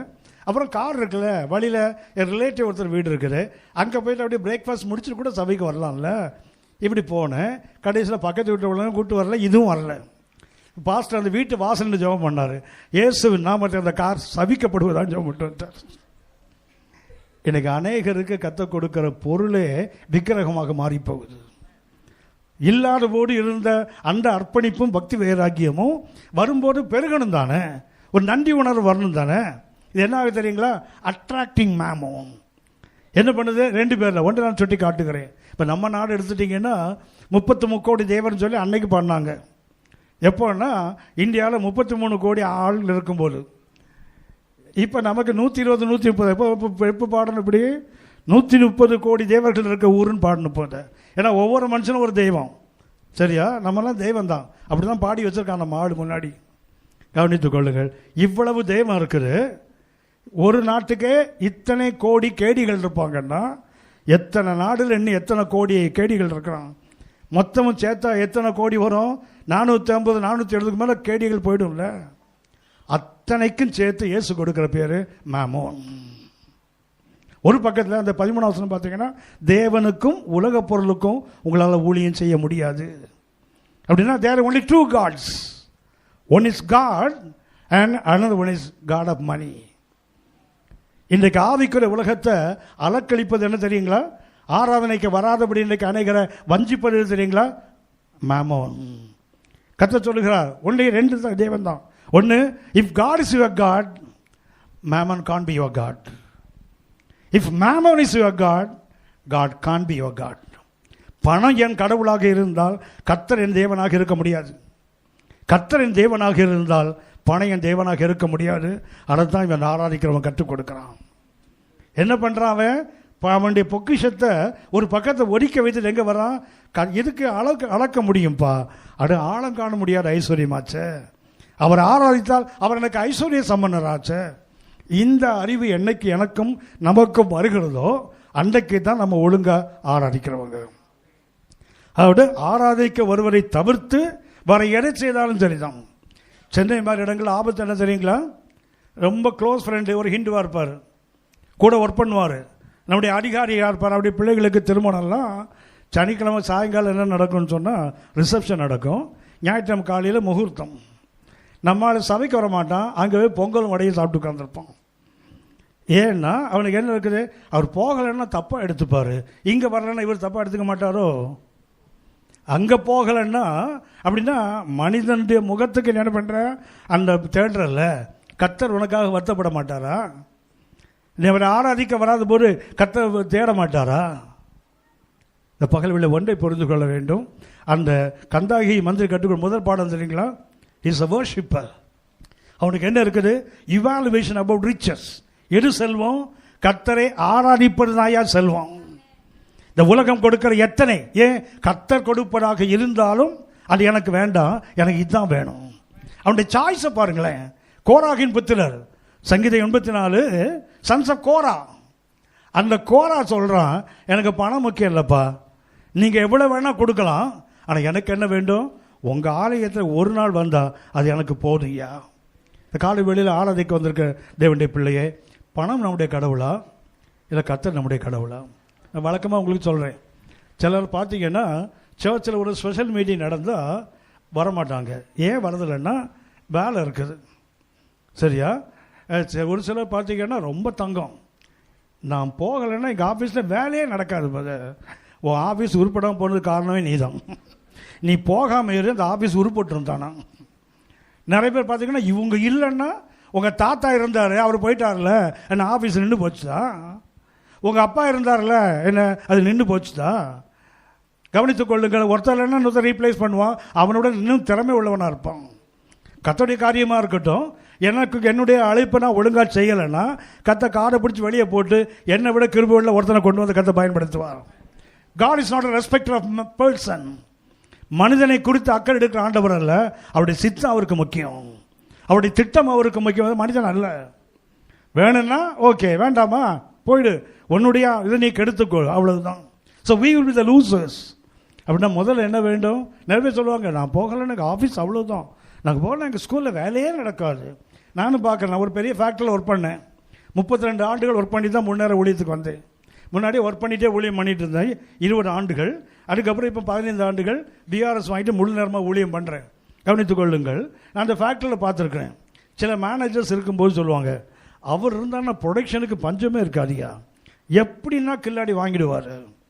இந்த மனுஷன் போனாதான் என்ன ஆகுமோ, அதை விட நல்ல ஆள் ஒருத்தன் வந்து உட்காந்துருப்பான் அந்த இடத்துல. ஒன்று நின்று போயிட்டா எந்த சிஸ்டமும் நிற்காது, அது பாட்டு ஓடிக்கிட்டே இருக்கும், அது பாட்டு போயிட்டே இருக்கும். இவர் இன்டிஸ்பென்சபிள் என்று ஒருத்தன் கூட கிடையாது, இன்றியமையாதவன் என்று யாருமே இல்லை. யார் தான்? மாற்றத்துக்கு உட்படுகிறவன் தான். நீங்கள் இல்லைன்னா இன்னும் திறமையான ஒருத்தர் அந்த இடத்து வருவார். என்ன பண்ணுறோம்? ஆஃபீஸுக்கு போகிறோம், ஸ்பெஷல் மீட்டிங் சபையில் இருக்குது, வரமாட்டோம்ல. நான் ரட்சிக்கப்பட்ட போது எனக்குள்ள ஒரு வைராக்கியம் இருந்தது. சர்ச்சில் 3 நாள் கன்வென்ஷனாக 3 நாள் லீவ் போட்டு சபையில் உட்காந்துருப்பேன். ஏன்னா காலையும் சாயங்காலம் மீட்டிங் இருக்கும். அப்படி இருந்ததுனால தான் கர்த்தர் இன்னைக்கு இங்கே நிற்க வச்சிருக்காரு. ஆனால் நாம் இன்னைக்கு என்ன பண்ணுறோம் தெரியுங்களா? அதுக்கு முக்கியத்துவம் கொடுக்குறோம்ல. வேலைக்கு போயிட்டோம். கேட்டேன்னா பாஸ்டர் ஒருத்தர் சொல்கிறாரு, ஒரு பாஸ்டர் கேட்குறாரு, பிரதர் அவ்வளவு தனிப்பட்ட முறையில் பேசுகிறாரு. சபையில் ஒரு மீட்டிங் நடக்குது, ஒரு நல்ல தேவ மனுஷனை கூப்பிட்டுருக்க, ஆள் இல்லைன்னா ஒரு மாதிரி அனீசியாக இருக்கும். நீங்கள் வாங்க பிரதர், போயிட்டார். வழக்கம் போல் வரல. அடுத்த நாள் பாஸ்டர் பார்த்து கேட்குறாரு, பிரதர் அவ்வளவு சொன்னேன் பாஸ்டர், பிரதர் நீங்கள் ஏன் பிரதர் வரல? பாஸ்டர் உங்களுக்கு இதுதான் வேலை பாஸ்டர், எனக்கு 1008 வேலை இருக்குது பாஸ்டர். வேலை இல்லாத ஒரே ஒரு கூட்டம் யாருன்னா பாஸ்டர் தான். மீதி எல்லாருக்கும் தலைக்கு மேலே உலகம் ஓடுது பாருங்களேன். அந்த உலகம் சுற்றுறதே இவங்க தலைக்கு மேலே தான். ஆஃபீஸ் போயிட்டாங்கல்ல, அம்மா ஸ்கூலுக்கு போயிட்டுல, குழந்தை ஸ்கூலுக்கு போன இடத்துல கிரவுண்டில் விளையாடுது, கீழே விழுந்துருச்சு, கை உடஞ்சிச்சு ஒரு குழந்தைக்கு. அப்பா அம்மாவுக்கு ஃபோன் போகுது. ஆஃபீஸில் உள்ள ஆஃபீஸர் என்ன பண்ணுறாரு, இந்த ப்ராஜெக்டை முடிக்காமல் நீங்கள் போக முடியாது, போயா நீ ஆச்சு அவன் வேலையாச்சுது, என் பிள்ளை முக்கன்னு ஓடி வராங்கல்ல. ஏலி இன்று தவறு தான், என்னை விட உன் பிள்ளைகளை மதிப்பானேன். ஒரு குழந்தைன்னா வேலையை விட்டு வேலையை போனால் பரவாயில்லடா, என் பிள்ளை முக்கியம்னு ஓடி வர தெரியல. அது ஏன் கத்த சமூத்து வர தெரியல? கேட்டால் என்ன பண்ணுவோம், பிரதர் அது பொழைப்பு பிரதர். நல்லா கவனிச்சிங்க. சங்கீதம் 127:3, நீங்கள் அதிகாலையில் எழுந்து நேரப்பட வேலையில் தனித்திருந்து வருத்தத்தின் அப்பத்தை சாப்பிடுவதும் வருதா, அவரே தமக்கு பிரியமானவனுக்கு நித்திரையிலும் அளிக்கிறார். நமக்கு நித்திரை அளிக்கிறார்னே படித்து பழகிட்டோம். பைபிள் சைடில் தூங்கினா என்ன அர்த்தம், இவங்கெல்லாம் கர்த்தருக்கு ரொம்ப பிரியமானவங்கன்னு அர்த்தம். ஆனால் கர்த்தர் தூக்கத்தை கொடுத்தார். ஹலோ, அப்படி இல்லை, நித்திரையிலும் அளிக்கிறார். That's original. சங்கீதம் 123 தூக்கத்தை கொடுக்கிறார் இல்லை, தூக்கத்திலும். அந்த வசனத்தை முழுசாக படித்து பாருங்கள். அதிகாலையில் எழுந்து நேரப்பட வேலையில் தரித்திருந்து வருத்தத்தின் அப்பத்தை சாப்பிடுகிறதும் கத்தம் என்ன, rice early in the morning. காலையில் எழுந்துட்டான், கடினமாக உடைக்கிறான், இரவு உடைக்கிறான் தெரியுங்களா, அது வேஸ்ட்டுன்னு சொல்கிறார் பாருங்களேன். ஆனால் நீ கர்த்தரை நம்பி தூங்கிட்டு இருந்தால் கூட கர்த்தர் ஒன்று கொடுப்பாருன்னு அர்த்தம். யோசிச்சு பாருங்களேன், ஆடாம் தூங்கும்போது தானே ஏவாளை கொடுத்தாரு. ஹலோ, எலியா தூங்கும்போது தானே அப்பத்தை கொண்டு வந்து கொடுத்தாரு. அது நல்லதாக கெட்டதான்னு கேட்காதீங்க. அது அப்புறம் வசனத்தை நான் அப்படியே ஏற்றுக்கிறேன். மனைவியை கண்டடைகிறவன் நன்மையானது, அதை நான் அப்படியே ஏற்றுக்கிறேன். இந்த ரஜினிகாந்த் ஒரு சினிமா நடிகர் இருக்கார் தெரியுங்களா? தெரியுங்களாவா? ஐயோ, அவரை தெரியலன்னா ஏசுநாத கூட எங்களுக்கு தெரியாமல் போயிடலாம். அவரை தெரியாமல் இருக்க முடியுமா? அவர் சமீபத்தில் ஒரு பேட்டி, அவருக்கு இப்போ 70 வயது ஆகுது. இப்போ அவருக்கு ஒரு பெரிய பூஜைலாம் பண்ணார் அவர். அதில் ஒரு பேட்டி எடுக்கிறாங்க. அதை கேட்குறாங்க, நிறைய கேள்வி கேட்குறாங்க. அதாவது கடைசி கேள்வி தெரியுங்களா, நீங்கள் குடும்பத்தை எப்படி மேனேஜ் பண்ணுறீங்க? சினிமா போகிறீங்க, நிறைய டைம் அதில் ஸ்பெண்ட் பண்ணுறீங்களா, குடும்பத்தை எப்படி பண்ணுறீங்க? இப்போ அவர் சொல்கிறாரு, நான் சினிமா தொழிலில் கேமராவுக்கு முன்னாடி நடிக்கிறேன், குடும்பத்தில் கேமராவுக்கு பின்னாடி நடிக்கிறேன்றார். சொல்லிட்டு சொல்கிறாரு, கேமரா முன்னாடி நான் கொஞ்சம் தப்பாக நடித்தா கூட கரெக்ட் பண்ணலாம், கேமரா பின்னாடி நல்ல நடிக்கலைன்னா மாட்டிப்பேன் நான். அவருக்கு அதே காட்டில் தான் பறக்குது. மகேந்திர சிங் தோனின்னு ஒருத்தர் இருக்காரு. அவர் சமீபத்தில் ஒரு பேட்டியில் சொல்கிறாரு, அவர் கேட்குறாரு, உங்கள் குடும்ப வாழ்க்கை எப்படி இருக்குது? அவர் சொல்கிறாரு, திருமணமாகும் வரைக்கும் எல்லா ஆண்களும் சிங்கம், அதோடு நிறுத்திக்கிட்டார். அதுக்கப்புறம் அசிங்கம்னு அவருக்கு சொல்ல முடியல, அதோடு நிறுத்திக்கிட்டார். பாருங்களேன், இதெல்லாம் அம்மி காற்றுல பறக்குது, நமக்கு அதெல்லாம் துரும்பு. அதனால் நன்மையானதை கண்டடிக்கிறான்னா வசனம் அதை அப்படியே நம்ம நம்புவோம். சரியா? அப்படின்னா கர்த்தரை நம்பி தூங்கி கொண்டு இருந்தால் கூட கர்த்தர் கொடுக்க வல்லமை உள்ளவர். அந்த நம்பிக்கை எப்போ வருதோ அப்போ தான் நீங்கள் நானும் ஆராதிப்பதற்கு தகுதியானவர்கள். சரியா? சரியா? ஆமென், ஆமென். கரெக்ட். நான் சொல்கிற மாதிரியே சொல்கிறீங்க பாருங்களேன். என்ன மாதிரி ரெஸ்பான்ஸ் இல்லைங்க. ஆமேன்னு நான் எவ்வளவு வால்யூமில் சொல்கிறேனோ, எவ்வளவு ஃப்ரீக்வன்சியில் சொல்கிறேனோ மறக்காமல் சொல்கிறீங்க பாருங்களேன். தேங்க்யூ. ரெண்டாவது ஒன்று சுட்டி காட்டுகிறேன். ரெண்டாவது போட்டிருக்கு, அவன் எதுக்கு வந்தான்? கேம் டு வர்ஷிப் என்று சொன்னேன். ஹலோ, அவன் எதுக்கு வந்தான்? பைபிளில் அவனோடு சேர்த்து 7 பேர் ஆலயத்துக்கு வந்திருக்காங்க. வேதாகமத்தில் ஆலயத்துக்கு வந்தவங்க 7 பேர். முதல் ஆள் யாருன்னா 1 சாமுவேல் 1ஆம் அதிகாரம் 9 முதல் 11 வரை அன்னாள். ஹலோ, என்னாள்? அன்னாள், இன்னாள் இல்லை, அது அன்னாளோடு முடிஞ்சு போச்சு. அன்னாள் கடை. கவனித்து கொள்ளுங்கள். அது நம்ம எதுக்கு வந்து தெரியுங்களா? புலம்புறதுக்கு வந்தது. என்னை ஓரகத்தி என்ன திட்டுறான், எனக்கு பிள்ளை இல்லை. என் வீட்டுக்காரன் சொல்கிறான் 10 பிள்ளை விட நான் பெருத்தலையா, அட போயா, குழந்தையெல்லாம் ஒரு மலடின்னு எல்லாம் என்னை நிந்திக்கிறாங்க, நீ என்ன நான் 10ஆவதுன்னு சொல்கிறிய, போயா. எதுக்கு வர்றாங்க? ஆலயத்துக்கு வந்து உள்ளத்தை ஊற்றி விட. அப்படின்னா ஒரு தேவையின் அடிப்படை தான் தேவனுடைய ஆலயத்துக்கு வந்திருக்காங்க. அந்த அம்மா கர்த்தரை முதல்ல பைபிள் ஆலயத்துக்கு வந்தான்னு எழுதப்பட்டது அந்நாள் தான். ஆனால் அந்த அம்மா ஆராதிக்க வந்தாங்கன்னு எழுதல பாருங்களேன். 2 சாமுவேல் 12ஆம் அதிகாரம் 20ஆம் வசனம் பார்த்தீங்கன்னா, தாவீது ஆலயத்துக்கு வந்தார். 2 சாமுவேல் 12ஆம் அதிகாரம் 20ஆம் வசனம் பார்த்தீங்கன்னா, தாவீது எதுக்கு வந்தார்? பச்சைபால் விஷயத்தில் தவறி போயிட்டாரு, விழுந்து போனார், அந்த குழந்தை இறந்தது. இப்போ என்ன பண்ணுறாரு? தரையில் விழுந்து கிடந்தவன் குழந்தை அடித்தவன் என்ன பண்ணுறான்? எழுந்து பாவத்துக்கு பரிகாரம் தேட ஆலயத்துக்கு வரான் பாருங்களேன். கர்த்தருக்கு பிரியமானவர் தான், ஆராதிக்க வந்தான்னு போடல. 3ஆவதாக 2 ராஜாக்கள் 19ஆம் அதிகாரம் 1-2 வசனத்தை பார்த்தீங்கன்னா, எசேக்கியா ராஜா ஆலயத்துக்கு வருகிறான். 2 ராஜாக்கள் 19ஆம் அதிகாரம் 1-2 வசனத்தை பார்த்தீங்கன்னா, எசேக்கியா ராஜா எதுக்கு வரான் தெரியுங்களா? ஹலோ, அசீரிய ராஜா லெட்டர் அனுப்பியிருக்கிறான். அவ்வளோதான், தொலைச்சிடவும் பாடுறா ஒன்று லெட்டர் அனுப்பியிருக்கிறான். என்ன பண்ணுறான்? பயந்து போய் வந்த லெட்டர் என்ன பண்ணுறாரு? கர்த்தரை காட்டுறதுக்கு வந்திருக்காரு, அவ்வளவுதான். அவரும் ஆலயத்துக்கு வந்தார். எதுக்கு வரல? ஆராதிக்க வரல, பயத்துக்காக வந்திருக்கிறார். 2 நாளாகமும் 20ஆம் அதிகாரம் 5ஆம் வசனத்தில் யோசபாத் ஆலயத்துக்கு வருகிறார். எதுக்குப்பா வர? 12ஆம் வசனத்தில் வாசிக்கிறோம், we cannot, we know not. என்ன செய்கிறதுன்னு தெரியல, எங்களுக்கு என்ன இல்லை, பலனும் இல்லை. அதுக்கு அர்த்தம் என்ன? மண்டையிலேயும் ஒன்றும் இல்லை, கையிலேயும் ஒன்றும் இல்லைன்னு அர்த்தம். அப்படின்னா எதுக்கு வர்றார்? ஒரு பலவீனன் வருகிறான். எஸ்ரா 10ஆம் அதிகாரம் 1ஆம் வசனம் பார்த்தீங்கன்னா, எஸ்ரா தேவனுடைய ஆலயத்துக்கு வருகிறார். எதுக்கே வரீங்க? ஜனங்கள் தங்களை கெடுத்து கொண்டாங்கய்யா, அவங்களுக்கு அந்த பரிசுத்தம் வேண்டும். அதுக்காக என்ன பண்ணுறான்? தேவ சமூகத்தை அழுது புலம்புவதற்காக, பிறருடைய தேவைகளுக்காக வந்த ஒரு தேவ மனிதன். யோனா 2ஆம் அதிகாரம் 4ஆம் வசனம் பார்த்தீங்கன்னா, யோனா மீனின் வயிற்றிலிருந்து கர்த்தருடைய ஆலயத்தை பார்க்குறான் பாருங்களேன். நிறைய பேருக்கு வெளியே இருந்தால் கர்த்தருடைய ஆலயம் தெரியாது, மீன் வயிற்றுக்குள்ளே போட்டால் கரெக்டாக தெரியுது பாருங்களேன். அது 3 நாள் சுற்றி வயிற்றுக்குள்ளே வச்சுட்டு எப்படிலாம் சுற்றிச்சோ தெரியல, ஆனால் கரெக்டாக உடைய ஆலயத்துக்கு நேராக கண்ணில் ஏற எடுத்தேன். ஏப்பா வெளியே இருக்கும்போது ஆலயம் உனக்கு கண்ணுக்கு தெரியல, ஆனால் தான் அப்பப்போ கர்த்தர் மீன் வயிற்றில் போட்டு வைக்கிறது. ஒரு 3 நாள் படாத பாடுபடு, அது சுற்றி ரவுண்ட் அடிக்கிறது தெரியுங்களா? கரெக்டாக ஆலயம் தெரியும் பாருங்களேன். கரெக்டாக வந்து உட்காந்துருப்பான். ஆலயத்தின் கதவு திறக்க முன்னாடி வாட்ச்மேன் மாதிரி நிற்பான். எதுக்கு? மீன் வயிற்றில் கிடக்கிறார்ல. 6 பேர் நான் சொல்லியிருக்கேன் இது வரைக்கும். 6 பேரும் யூதர்கள். அன்னாள், தாவீது, எசேக்கியா, யோசபாத், எஸ்ரா, யோனா. இந்த 6 பேரில் ஒருத்தன் கூட ஆராதிக்க வரல. ஆராதிக்க வந்த ஒரே ஒருத்தன் எத்தியோப்பியன். ஆலயத்துக்கு வர்றதுக்கு நான் சொன்னேன் முதல்ல, we must come to the church only to worship. ஆராதிப்பது ஒன்று தான் நோக்கம். நம்ம என்ன பண்ணுவோம்? நாங்கள் ஆராதிக்கிற தெய்வங்களை விடுவிக்க வல்லவர். விடுவிக்கலைன்னா என்ன ஆகும்? கதை கந்தலாயிடும். கவனித்துக் கொள்ளுங்கள். ஆராதிப்பது விடுதலையின் ஆராதனை. ஒன்றை நான் உங்களுக்கு சுட்டி காட்டுகிறேன். ஆராதனை நேரம் என்பது கர்த்தர் நமக்கு கொடுக்கிற நேரம் அல்ல, அல்லது நாம் கர்த்தருக்கு கொடுக்கிற நேரம் அல்ல. கர்த்தர் தமக்கு பிரியமானது நம்மகிட்ட இருந்து எடுக்கிற நேரம். ஹலோ, இன்னைக்கு என்ன பண்ணுறோம்?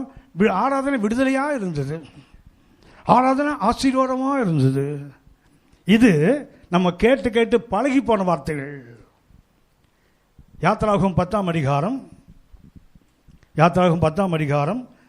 23ஆம் வசனத்திலிருந்து கொஞ்சம் வாசிங்க. 3 நாள் மட்டும் ஒருவரை ஒருவர் காணவும் இல்லை, ஒருவரும் தம்மிடத்தை விட்டு எழுந்திருக்கவும் இல்லை. இஸ்ரவேல் புத்திரர் யாவருமோ வெனில் அவர்கள் வாசஸ்தலங்களில் வெளிச்சம் இருந்தது. என்ன ஆகுது? எகிப்தியனுக்கு இருள், இஸ்ரவேலுக்கு வெளிச்சம். அடுத்த வசனம். அப்பொழுது பார்வோன் மோசேயை அழைப்பித்து, நீங்கள் போய் கர்த்தருக்கு ஆராதனை செய்யுங்கள். நீங்கள் அதாவது இன்ஸ்டால்மெண்ட்ல அனுப்புறோம். முதல்ல ஆண்கள், அதுக்கப்புறம் பெண்கள், அதுக்கப்புறம் குழந்தைங்களை கூட்டிருப்போம். இப்போ என்ன சொல்றோம் தெரியுங்களா? நீங்க போங்க, உங்க மிருக ஜீவன்களை எகிப்தை விட்டு போங்க, அப்பதான் திரும்பி வருவீங்க. சரியா? அவனுடைய தந்திரத்தை பாருங்களேன். என்ன பண்றான்? உங்க மிருக ஜீவன்களை விட்டுட்டு போங்க. 25ஆம் வசனம் வாசிங்க. அதற்கு மோசே, நாங்கள் எங்கள் தேவனாகிய கர்த்தருக்கு படைக்கும் பலிகளையும் சர்வாங்க தகன பலிகளையும் நீர் எங்கள் கையில் கொடுக்க வேண்டும். எங்கிட்ட இருக்கட்டியா, முதல்ல நீ கொடு. கர்த்தரை ஆராதிக்க போகிறோம், எங்க மிருக ஜீவன்கள் இருந்து அங்கே பலி செலுத்துவதற்கு மிருகங்கள் எடுக்கணும். அப்புறம் முதல்ல நீ கொடு. எங்கள் தேவன் ஆராதனை யார் தரணும்? ஆராதனை விட தடுத்தல, உனக்கு ஃபைன் கொடு. அடுத்தது, எங்கள் மிருக ஜீவன்களும் எங்களோடு கூட வர வேண்டும். ஒரு குழம்பும் பின் வைக்கப்படுவதில்லை. என்ன, ஒரு கார குழம்பு, ஒரு பூண்டு குழம்பு, ஒரு புளி குழம்பு பின்னாடி வைக்கக்கூடாது. சரியா? Not even one hoof. ஒரு ஆட்டுக்கு 4 குழம்பு இருந்தால் ஒன்று கூட எங்கே இருக்கக்கூடாது? அப்பா அம்மா ஆராதனைக்கு வந்து பிள்ளை கிரிக்கெட் கிரவுண்டில் நிற்கிறான் பாருங்களேன். சண்டேயில் பையன் +2 படிக்கிறான். சண்டேயில் தான் அவனுக்கு டியூஷன் கிளாஸ் முக்கியமாக நடக்கும். அதனால் நம்ம அங்கே போகட்டு, நாங்கள்லாம் எங்கே வந்திருக்கிறோம்? பைபிளில் போட்டு நாட் ஈவன் ஒன் ஹூஃப். ஒரு குழம்பு கூட எகிப்தில் வைக்கக்கூடாது. அத்தனை வரணும்ல. வாசிங்க தம்பி. எங்கள் தேவனாகிய கர்த்தருக்கு ஆராதனை செய்ய, எங்கள் தேவனாகிய கர்த்தருக்கு ஆராதனை செய்வதற்கு அவைகளிலிருந்து எடுக்க வேண்டும். எவைகளிலிருந்து? பார்வோன் கொடுப்பதிலிருந்து எடுக்கணும். அடுத்தது, எங்களுடைய மிருக ஜீவங்களுக்கு கொடுக்கணும். இன்னதை கொண்டு கர்த்தருக்கு ஆராதனை செய்வோம் என்பது நாங்கள் அங்கே போய் சேரும் அளவும் எங்களுக்கு தெரியாது என்றான். என்ன சொல்றான் தெரியுங்களா? எனக்கு ரிசர்வேஷன் கிடையாது, இதைத்தான் கர்த்தருக்கு கொடுக்கணும், அதான் கொடு. இருக்கிறதெல்லாம் வாரிட்டு போவேன். அவருக்கு எது பிரியமோ அதை எடுத்து எடுப்பார். That is worship. இன்னைக்கு நமக்கு என்ன தெரியுங்களா? விடுதலை என்ன ஆராதனை. ஆராதனை என்ன ஆகும்? விடுதலை உண்டு. கர்த்தரை ஆராதித்தால் விடுதலை உண்டு. ஆனால் நோக்கம் அது இல்லை. என்னவா இருக்கணும்? எனக்கு ஒன்று தெரியுங்களா? கர்த்தர் நம்மகிட்ட இருந்து எடுக்கிறது எது தெரியுங்களா? நமக்கு எது ரொம்ப பிடிக்குமா தான் நம்மகிட்ட இருந்து எடுப்பார். ஹலோ, நமக்கு ரொம்ப வேண்டாத நாளுக்கு தெரியுங்களா? ஆண்டவரே இது எடுத்துங்க, இருப்பா எனக்கு எது தேவை அது எடுக்கிறேன். உங்களுக்கு என்ன தேவை ஆண்டவரே? உனக்கு எது பிடிக்குமா தான் எனக்கும் பிடிக்கும்.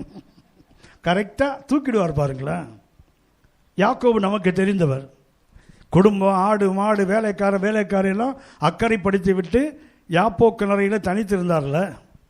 அவர் என்ன பண்ணுறார்? முதல்ல ஆடு மாடுகள், அப்புறம் வேலைக்காரி, அதுக்கப்புறம் வேலைக்கார மனைவிகள் பிள்ளைகள், அதுக்கப்புறம் வேண்டாத மனைவி இல்லையால் அவ பிள்ளைங்க, கடைசியில் ராகேலையும் யோசேப்பை கிட்ட நிறுத்தியும் முன்னாடி போகிறான் பாருங்களேன்.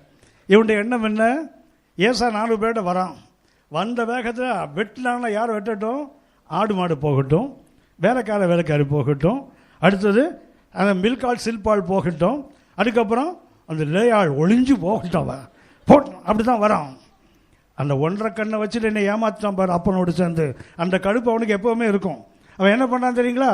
ஆர்டர் பண்ணுறான் பாருங்களேன். என்ன அர்த்தம்? வெட்டிக்கிட்டே வரும்போது ஒருவேளை இறக்கம் வந்து பா அப்படின்னு விட்டா ராகேலும் யோசிப்போம். ஏன்னா very close to my heart, இருதயத்தை கிட்ட இருக்கலாம் அப்படி நினச்சான் தெரியுங்களா? ஆனால் கர்த்தர் கதையை மாற்றிட்டாரு. ஏசா வந்தா, அவன் ஓடி வரான். யாக்கோபு 7 முறை விழுந்து எழுந்துக்கிறான். 2 பேரும் கட்டி பிடித்து தான் அழுதான் தெரியுங்களா? காரியம் மாறி போச்சு. ஆனால் கர்த்தர் பின்னாடி இருந்து வர்றாரு. ஹலோ, முதல்ல எடுத்தது ராகேல, அடுத்து எடுத்தது யோசிப்பை. கிட்டே ஒரு ஸ்பேர் பண்ணியா வைக்கிற, கரெக்டாக அதை தூக்குறான் பாரு. ஹலோ, ஆராதனை என்பது கர்த்தரை ஏமாத்துற நேரம் இல்லை. நமக்கு எதெல்லாம் உடவாக்கறி அதெல்லாம் அவன் தலையில் கட்டிட்டு எல்லாம் அதை எடுத்தது இல்லை. நமக்கு எது ரொம்ப அந்த எது கிட்ட வச்சுருக்கோமோ அதான் கர்த்தருக்கு வேண்டும். நல்லா கவனித்துக் கொள்ளுங்கள். ஒரு அம்மாவுக்கு எது ரொம்ப பிடிக்குமோ அதான் குழந்தைகளுக்கு பிடிக்கும். பார்த்துருக்கீங்களா? நானும் தேடி பார்க்குறேன். ஒரு ஆணை பார்த்து நீங்கள் கேட்டு பாருங்களேன், உங்கள் அம்மா சமையல் பெஸ்ட்டா உன் மனைவி சமையல் பெஸ்ட்டுன்னா ஒருத்தன் கூட மனைவின்னு சொன்னதே இல்லை. எல்லாம் யார் தான் சொல்கிறான்? அம்மா. அப்படின்னா அதுக்கு அர்த்தம் என்ன? இந்த மனைவி ஒன்றும் வீட்டுக்காரனுக்கு ஒழுங்காக சமையல் பண்ணி கொடுக்கல, பிள்ளைகளுக்கு ஒழுங்காக கொடுக்குது. அதனால் என்ன பண்ணுறது? அப்படி இல்லை. பிள்ளைகளுக்கு வர ருசியே தெரியாது, அம்மா சமைச்ச ஒன்று தான் தெரியும். ஆனால் கணவனுக்கு அவங்க அம்மா சமைச்ச ருசி இருக்குல்ல, கம்பேர் பண்ணும்போது ஒரு பார்த்து சொல்லுவார். எங்கள் அம்மா என்ன பண்ணுன்னா ஆப்பம் சொல்லுமா, ஆப்பம் சொல்லிட்டு என்ன பண்ணுமா, தேங்காய் பால் இருக்குது தெரியுங்களா, அது முதல் பால் கொடுக்குமா இருக்கு. அந்த ஃபர்ஸ்ட் அது இருக்குது பார்த்தீங்களா, அடை கொடுக்குமா, பின்னாடி உள்ளவங்களாம் தண்ணியை ஊற்றி கொடுக்குமா, இவருக்கு மாத்திரம் என்ன கொடுக்குமா, எங்கள் மம்மி அப்படி கொடுக்கும். இப்போ வந்திருக்குது ஜிம்மி வந்திருக்குதுல்ல, வல்லுன்னு பிடிக்கணும், வல்லுன்னு பிடுங்கும்ல. நல்லா கவனித்து கொள்ளுங்கள். அம்மாவுக்கு எது ரொம்ப பிடிக்கும். சில அம்மா பார்த்துருக்கீங்கன்னா அவங்களுக்கு எது ரொம்ப பிடிக்குமோ அதை ஓப்பனில் கொண்டு வர மாட்டாங்க, ரகசியமாக கிச்சனில் ஒழிச்சு வச்சுருவாங்க. ஏன்னா இந்த பசங்கள்லாம் சாப்பிட்டு முடித்து அது போன பிறகு மெதுவாக என்ஜாய் பண்ணி சாப்பிடுவாங்க தெரியுங்களா. இந்த பசங்க கரெக்டாக அதை குடிச்சு வச்சுருப்பாங்க, அதுதான் வேணும்னு பாருங்களேன். அது நல்லா இருக்காதுடா, பரவாயில்ல அதே கொடுங்கன்னுவான். கடுப்பு வெறுப்பேற்றுவான் பாருங்களா ஆளுங்க. இந்த எலும்பு ஆட்டுக்கறியில் பார்த்தீங்கன்னா ஒரு எலும்பு இருக்குல்ல, எலும்பு இருக்கா, அதுக்கு சென்னையில் மூளைம்பான். எனக்கு தெரிஞ்ச மூளை எங்கே தான் இருக்கும், ஆனால் இவனுக்கு எலும்புக்குள்ளே மூளை இருக்குன்றான். எனக்கு புரியலை. சரி, எங்கேயோ ஒரு மூளை பார்த்துருக்கீங்கன்னா அந்த கிறிஸ்தவ வீடுகளில் பார்த்தீங்கன்னா முன்னாடி, இப்போ இல்லை, முன்னாடி எல்லாம் இந்த ஸ்டெயின்லெஸ் ஸ்டீல் தட்டு இருந்துறீங்களா, ஒரு வீட்டில் கூட தட்டு ஒழுங்காக இருக்காது, சொட்டையாக இருக்கும் பாருங்களேன்.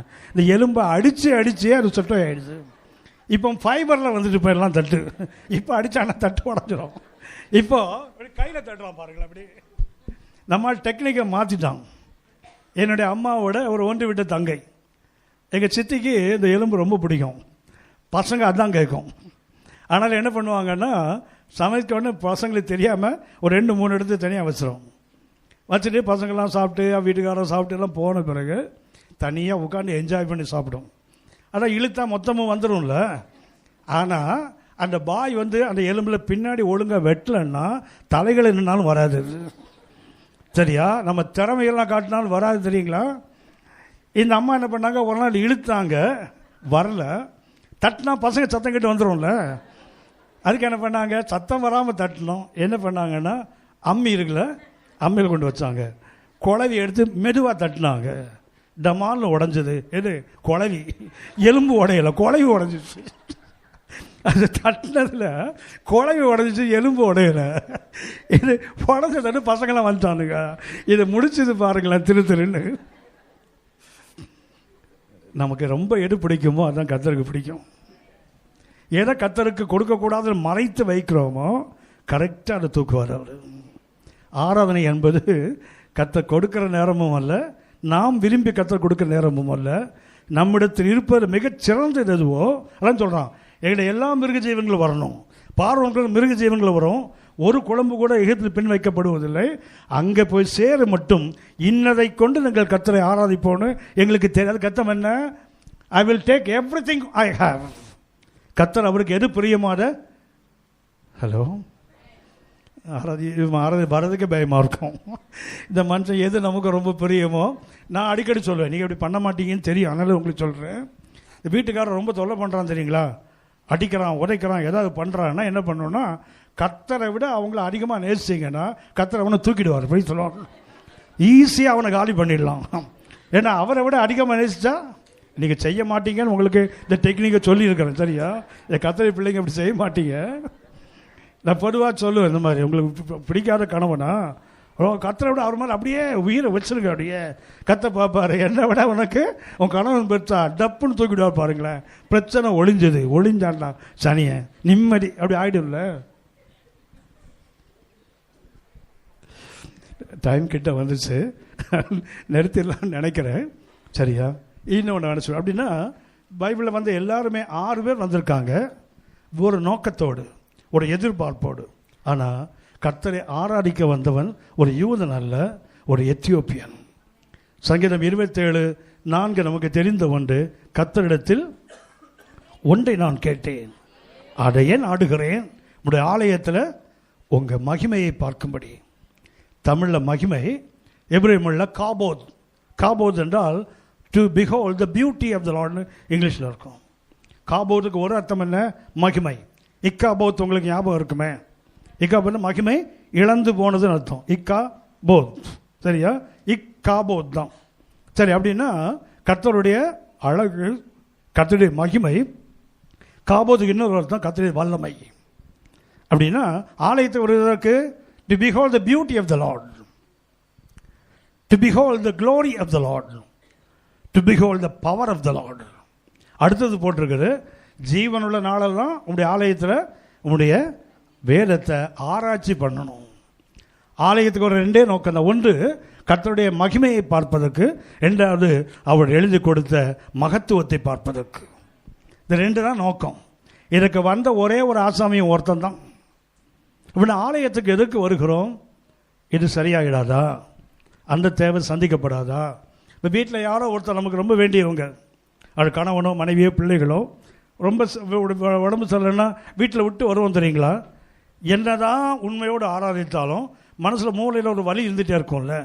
ஆண்டவரே, நான் உங்களை ஆராதிக்கிறேன் ஆண்டவரே, என் பிள்ளையை கொஞ்சம் எழுப்பிருங்க ஆண்டவரே, என் மனைவிக்கு அப்படி பண்ணுறோம்ல. ஹலோ, அது அல்ல ஆராதனை. அது என்னென்னா கிவ் அண்ட் டேக். நான் உங்களை ஆராதிச்சேன்ல, நீங்கள் எனக்கு இதை கொடுங்க, அவ்வளோதான். ஆராதனை என்பது அல்ல, உங்களுக்கு என்ன வேணுமோ அதை எடுத்துங்கப்பா, அவ்வளோதான். இதுதான் ஆராதனை. சரியா? இன்றைக்கி ஆராதனைக்கு தான் அதிகமான முக்கியத்துவம் கொடுக்கப்படுது. ஆவிக்குறை உலகத்தில் இன்றைக்கு இருக்கிற சட்டம் என்ன தெரியுங்களா? ஆராதனைக்கு தான் அதிக வேல்யூ. வசனம் 20 நிமிஷம் பேசுகிற சபைகள் இருக்குது. ஆனால் 1.25 மணி நேரம் ஆராதிக்கிற அதே சபை 1.25 மணி நேரம் பாடி கர்த்தரை துதிக்கிறாங்க. நல்லது, தப்பு இல்லை. ஏன்னா oldest thing in the Bible is worship. கர்த்தர் எப்போ இருக்காரோ அப்போ இருந்து துதியின் நடுவில் வாசம் பண்ணுறது. அவர் எப்போ இருக்கிறாரோ அப்போ இருந்து ஆராதனை இருக்குது. வேறு சொல்லப்பட்ட மிக பழமையான ஆராதனை தான். ஆனால் அவருடைய எல்லா பிரஸ்தாபத்திலும் இதில் மேன்மையானது. அவருடைய எல்லா பிரஸ்தாபங்களிலும் இதுதானே கர்த்தர் மகிமைப்படுத்துகின்ற ஒன்று. அப்படின்னா ஆலயத்துக்கு ஆராதனை வருவதற்கு விடுதலை தானாக நடக்கும். ஆராதிக்கிறவனை கர்த்தர் சும்மா அனுப்ப போகிறதில்ல. ஆனால் நம்ம நோக்கம் என்னவா இருக்குன்னு தெரியுங்களா? To behold the beauty of the Lord, to search the word of God. அந்த ரெண்டு நோக்கம்தான் வருவதற்கு. அது ரொம்ப நல்லா இருக்கு. One thing I desire of the Lord. ஒரே ஒரு ஆசை. பாட்டு பாடுறாங்களா? வேறு ஒரு அண்ட புழுகளை 1ஆம் நம்பர் புழுகை தான். சரியா? நான் ஃபாதரை சொல்லலை, அவர் தங்கம் அவர். சரியா? அதை பாடுறதுக்கு அவருக்கு உரிமை இருக்குது. ஆனால் நம்ம வந்ததை இவ்வளோ ஆசை வச்சு தான் உள்ளே வந்திருக்கிறோம். இதை கொட்டும், அதை எட்டும், இதை விட்டும், இந்த டும்மு டும்மோடு தான் வந்திருக்கோம் உள்ள. சாரால் சொல்லி சொல்ல, என் அடிவை பெண்ணை எடும், அது ஒரு டும்மு. அடுத்தது யார்? ரெபேக்கா. அந்த அம்மா என்ன பண்ணும்? எனக்கு பிள்ளை இல்லை, கர்த்தருக்கு ஜெபம் பண்ணோம் அந்த அம்மா. ராகேல் என்ன பண்ணும்? பிள்ளையை கொடும், இல்லது நான் சாகிறேன், அது ஒன்று. யோபோட மனைவி தேவனை தூசித்து ஜீவனை, மொத்தத்தில் எல்லாம் டும்மு டும்மு தான். சரியா? இதை எட்டும், அதை விட்டும், இதை கொட்டும், இந்த டும்மு டும்மு தான்.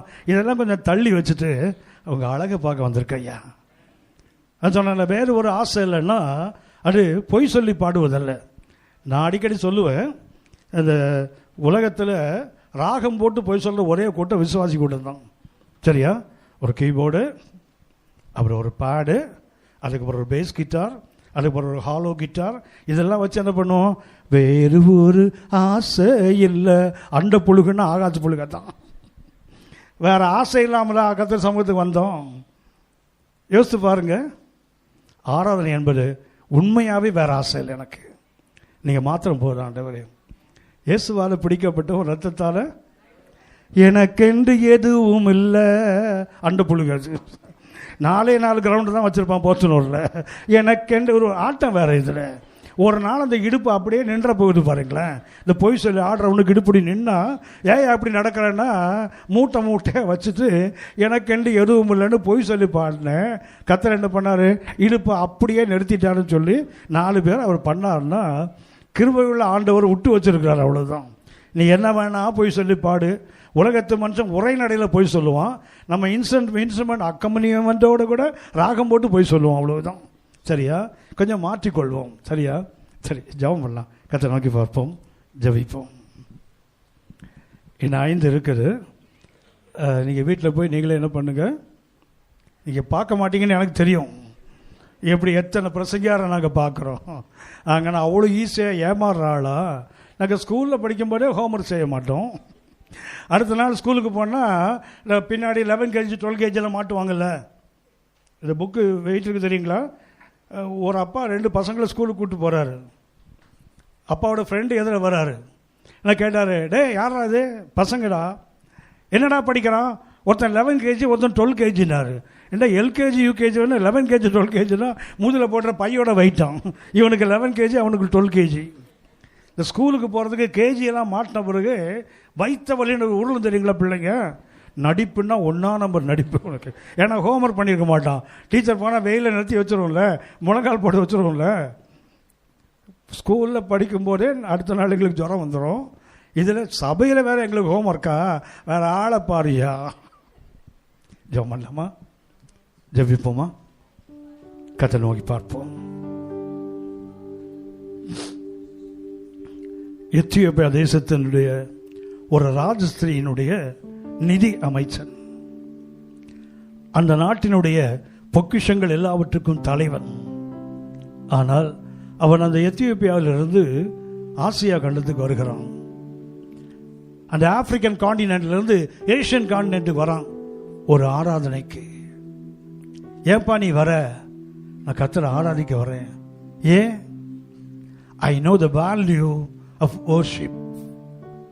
நிறைய பேர்ட்ட கேட்டால் ஆராதனைக்கு வேலை இல்லைன்னு சொல்கிறாங்கல்ல. There is a price for anything. There is a price. நமக்கு தெரியலை, அதனால் தெரியலன்னு சொல்கிறோம். கவனித்துக் கொள்ளுங்கள், ஆராதனையின் வேலை அதிகமாக தெரிஞ்ச ஒரே ஒரு ஆசாமே சாத்தான் ஒருத்தன் தான். இயேசுக்கு ஆஃபர் பண்ணுறான் பாருங்களேன். என்னை விழுந்து பணிந்து கொண்டா உலகத்தை தரேன்றான் பாருங்களேன். ஒரு நிமிஷம் ஆராதனைக்கு ஒரு உலகம் தரேன்னு சொல்கிறாங்க. 3 மணி நேரம் நம்ம ஆராதிக்கிறோமே, 180 உலகத்தின் ஆசீர்வாதம் வராது. நமக்கு அன்னைக்கு அந்த வேல்யூ தெரியல, மடிப்பு தெரியல. எனக்கு அன்பானவர்களே, ஆராதனை என்பது ஏதோ வழக்கம் போல ஞாயிற்றுக்கிழமை கிறிஸ்தவர்கள் வந்து போகிறோம், அது அல்ல. என்ன வேண்டும்? I must have the evaluation about the riches. உலகம் எனக்கு அநேகங்களை கொடுக்கலாம், பரலோகமே எனக்கு அநேகங்களை கொடுக்கலாம். அவைகளை எல்லாவற்றை காட்டிலும் என் ஆண்டவர் சமூகத்தில் இருக்கிற ஒரு நாள். புதியற்பாட்டில் ஆராதனைக்கு 7 விதமான வார்த்தைகள் பயன்படுத்துகிறாங்க. அதில் அதிகமாக பயன்படுத்துவது ப்ரோஸ்குனியோ. ப்ரோஸ்குனியோ என்றால் licking the feast of the master like a டாக்னு அர்த்தம். ஒரு எஜமானுடைய பாதத்தை ஒரு நாய் வந்து எப்படி முத்தம் கொடுக்குமோ அப்படி முத்தம் கொடுப்பதுன்னு அர்த்தம். ப்ரோஸ் என்றால் மூவிங் டுவர்ட்ஸ். கூன் என்றால் கிரேக்க மொழியில் டாக்னு அர்த்தம். குனியோ அர்த்தம் என்ன? ஒரு நாய் தன் எஜமானை பார்த்தா எப்படி ஓடி வந்து அவன் காலை முத்தம் செய்யுது, அவன் கையை நக்குது, அவன் சட்டையை பிடிச்சி இழுக்குது. அதுக்கு தான் ஆராதனைக்கு கிரேக்க மொழியில் பயன்படுத்துகிற வார்த்தை. இந்த பகல் வேளையில் கர்த்தரை ஆராதிக்க வந்திருக்கிறோம். We must have the evaluation about riches. உலகம் 1000 கொடுக்கலாம், பரலோகம் கூட நமக்கு மேன்மைகளை தரலாம். ஆனால் அதை விட எது மேன்மையானது? அவர் சமூகத்தில் இருக்கிற ஒரு நாள்.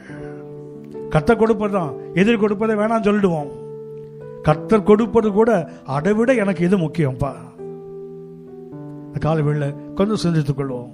ஆராதனைக்கு வருவதற்கு எனக்கு இது கிடைக்கும், ஆராதித்தால் விடுதலை கிடைக்கும், ஆராதத்தால் எனக்கு மேன்மை கிடைக்கும் அப்படின்லாம் இல்லை. லூக்கா 13ஆம் அதிகாரம் நமக்கு தெரியும். 18 வருஷம் அது எவ்வளோ நம்ப முடியாத ஒரு கூனி வந்தது இல்லை ஆலயத்துக்கு. அது எதுக்கு வந்ததுன்னு தெரியாது. ஆனால் அவள் எதிர்பார்த்து வந்தாளான்னு பைபிளில் இல்லை. இயேசு அவளை பார்த்து அவளை நிமிர்ந்து நடக்க வச்சார் இல்லையா? ஆராதிக்க வந்தால் இது நடக்கும். நம்ம கேட்டு கிடைப்பதில்லை, தேவனுடைய கிருபை அது செய்யுது. ஆனால் நம்முடைய நோக்கம் என்னவா இருக்கக்கூடாது? நான் ஆராதிக்க வருகிறேன், அவர் அழகை பார்க்க வருகிறேன், அவருடைய மகிமையை காண வருகிறேன், அவருடைய வல்லமையை உணர வருகிறேன், அவருடைய வேதத்தை ஆராய்ச்சி பண்ண ஆராய்ச்சி வரேன். ஜெபம் பண்ணலாமா? கர்த்தரை நோக்கி நாம் ஜெபிப்போம். அன்பின் பரலோக பிதாவே, இந்த ஆராதனை வேளைக்காக நாங்கள் உமக்கு நன்றி செலுத்துகிறோம். கிருபையின் கரங்களினாலே எங்களை அழைத்து வந்த மேன்மைக்காக நாங்கள் உமக்கு நன்றி செலுத்துகிறோம். இரக்கங்களின் தேவனே, ஜீவனுள்ள தேவனை ஆராதிப்பதனால் ஒரு தேவனுடைய பிள்ளைக்கு என்னென்ன மேன்மைகள் உண்டுமோ எல்லாவற்றையும் நாங்கள் பெற்று அனுபவிக்க வேண்டும் என்பது உங்கள் விருப்பம் தகப்பனே. ஆனால் எங்களுடைய விருப்பம் உங்களை பார்ப்பதாக இருக்கட்டும்பா. என்னுடைய விருப்பம் உங்கள் ஐஸ்வர்யத்தின் மேலே தகப்பனே. ஆராதிப்பதனால் வருகின்ற அந்த ஐஸ்வர்யத்தை, ஆழங்காண முடியாத அந்த ஐஸ்வர்யத்தை நோக்கி ஓடி வருகிற அந்த மகத்துவத்தை எனக்கும் எங்களுக்கும் தாங்கப்பா. நாங்கள் ஆராதிக்கிறவருக்கு ஒரே ஒரு நோக்கம்தான், உங்களை பார்க்கணும், உங்கள் அழகை பார்க்கணும், உங்கள் மகிமையை, உங்கள் வல்லமையை, உடைய மகத்துவங்களை காணணும், வேதத்தை ஆராய்ச்சி பண்ணணும். அது ஒன்றுக்காக மாத்திரமே நாங்களும் வர எங்களை கிருபை பாராட்டுவீராக. ஆராதனை குறித்தான ஒரு தெளிவான வெளிப்பாட்டை தெளிவான ஒரு விளக்கத்தை எனக்கும் எங்களுக்கும் தருவீராக. நாங்கள் தொடர்ந்து உடைய மகத்துவமான வேத வசனத்தின்படியே உம்மை ஆராதிக்க எங்களுக்கு வேண்டிய கிருபைகளை தாங்க. உமக்கு பயப்படுகிற சிறியவர்களையும் பெரியவர்களையும் ஆசீர்வதிக்கிற தேவ நீர் என்பதை நாங்கள் அறிந்திருக்கிறோம். இந்த காலையில் வந்திருக்கிற சிறியவர்கள் பெரியவர்கள் ஒவ்வொருவருக்கும் உங்கள் மகிமையின் கரங்களில் ஆசீர்வாதங்கள் வேண்டும் என்று உம்மை நோக்கி பார்க்கிறோம். எங்களை தாழ்த்துகிறோம். மகிமையை நாங்கள் உமக்கு செலுத்துகிறோம். எங்கள் ஆண்டவர் இயேசுவின் மூலம் பிதாவே. ஆமென். ஆமென். God bless you. God bless you.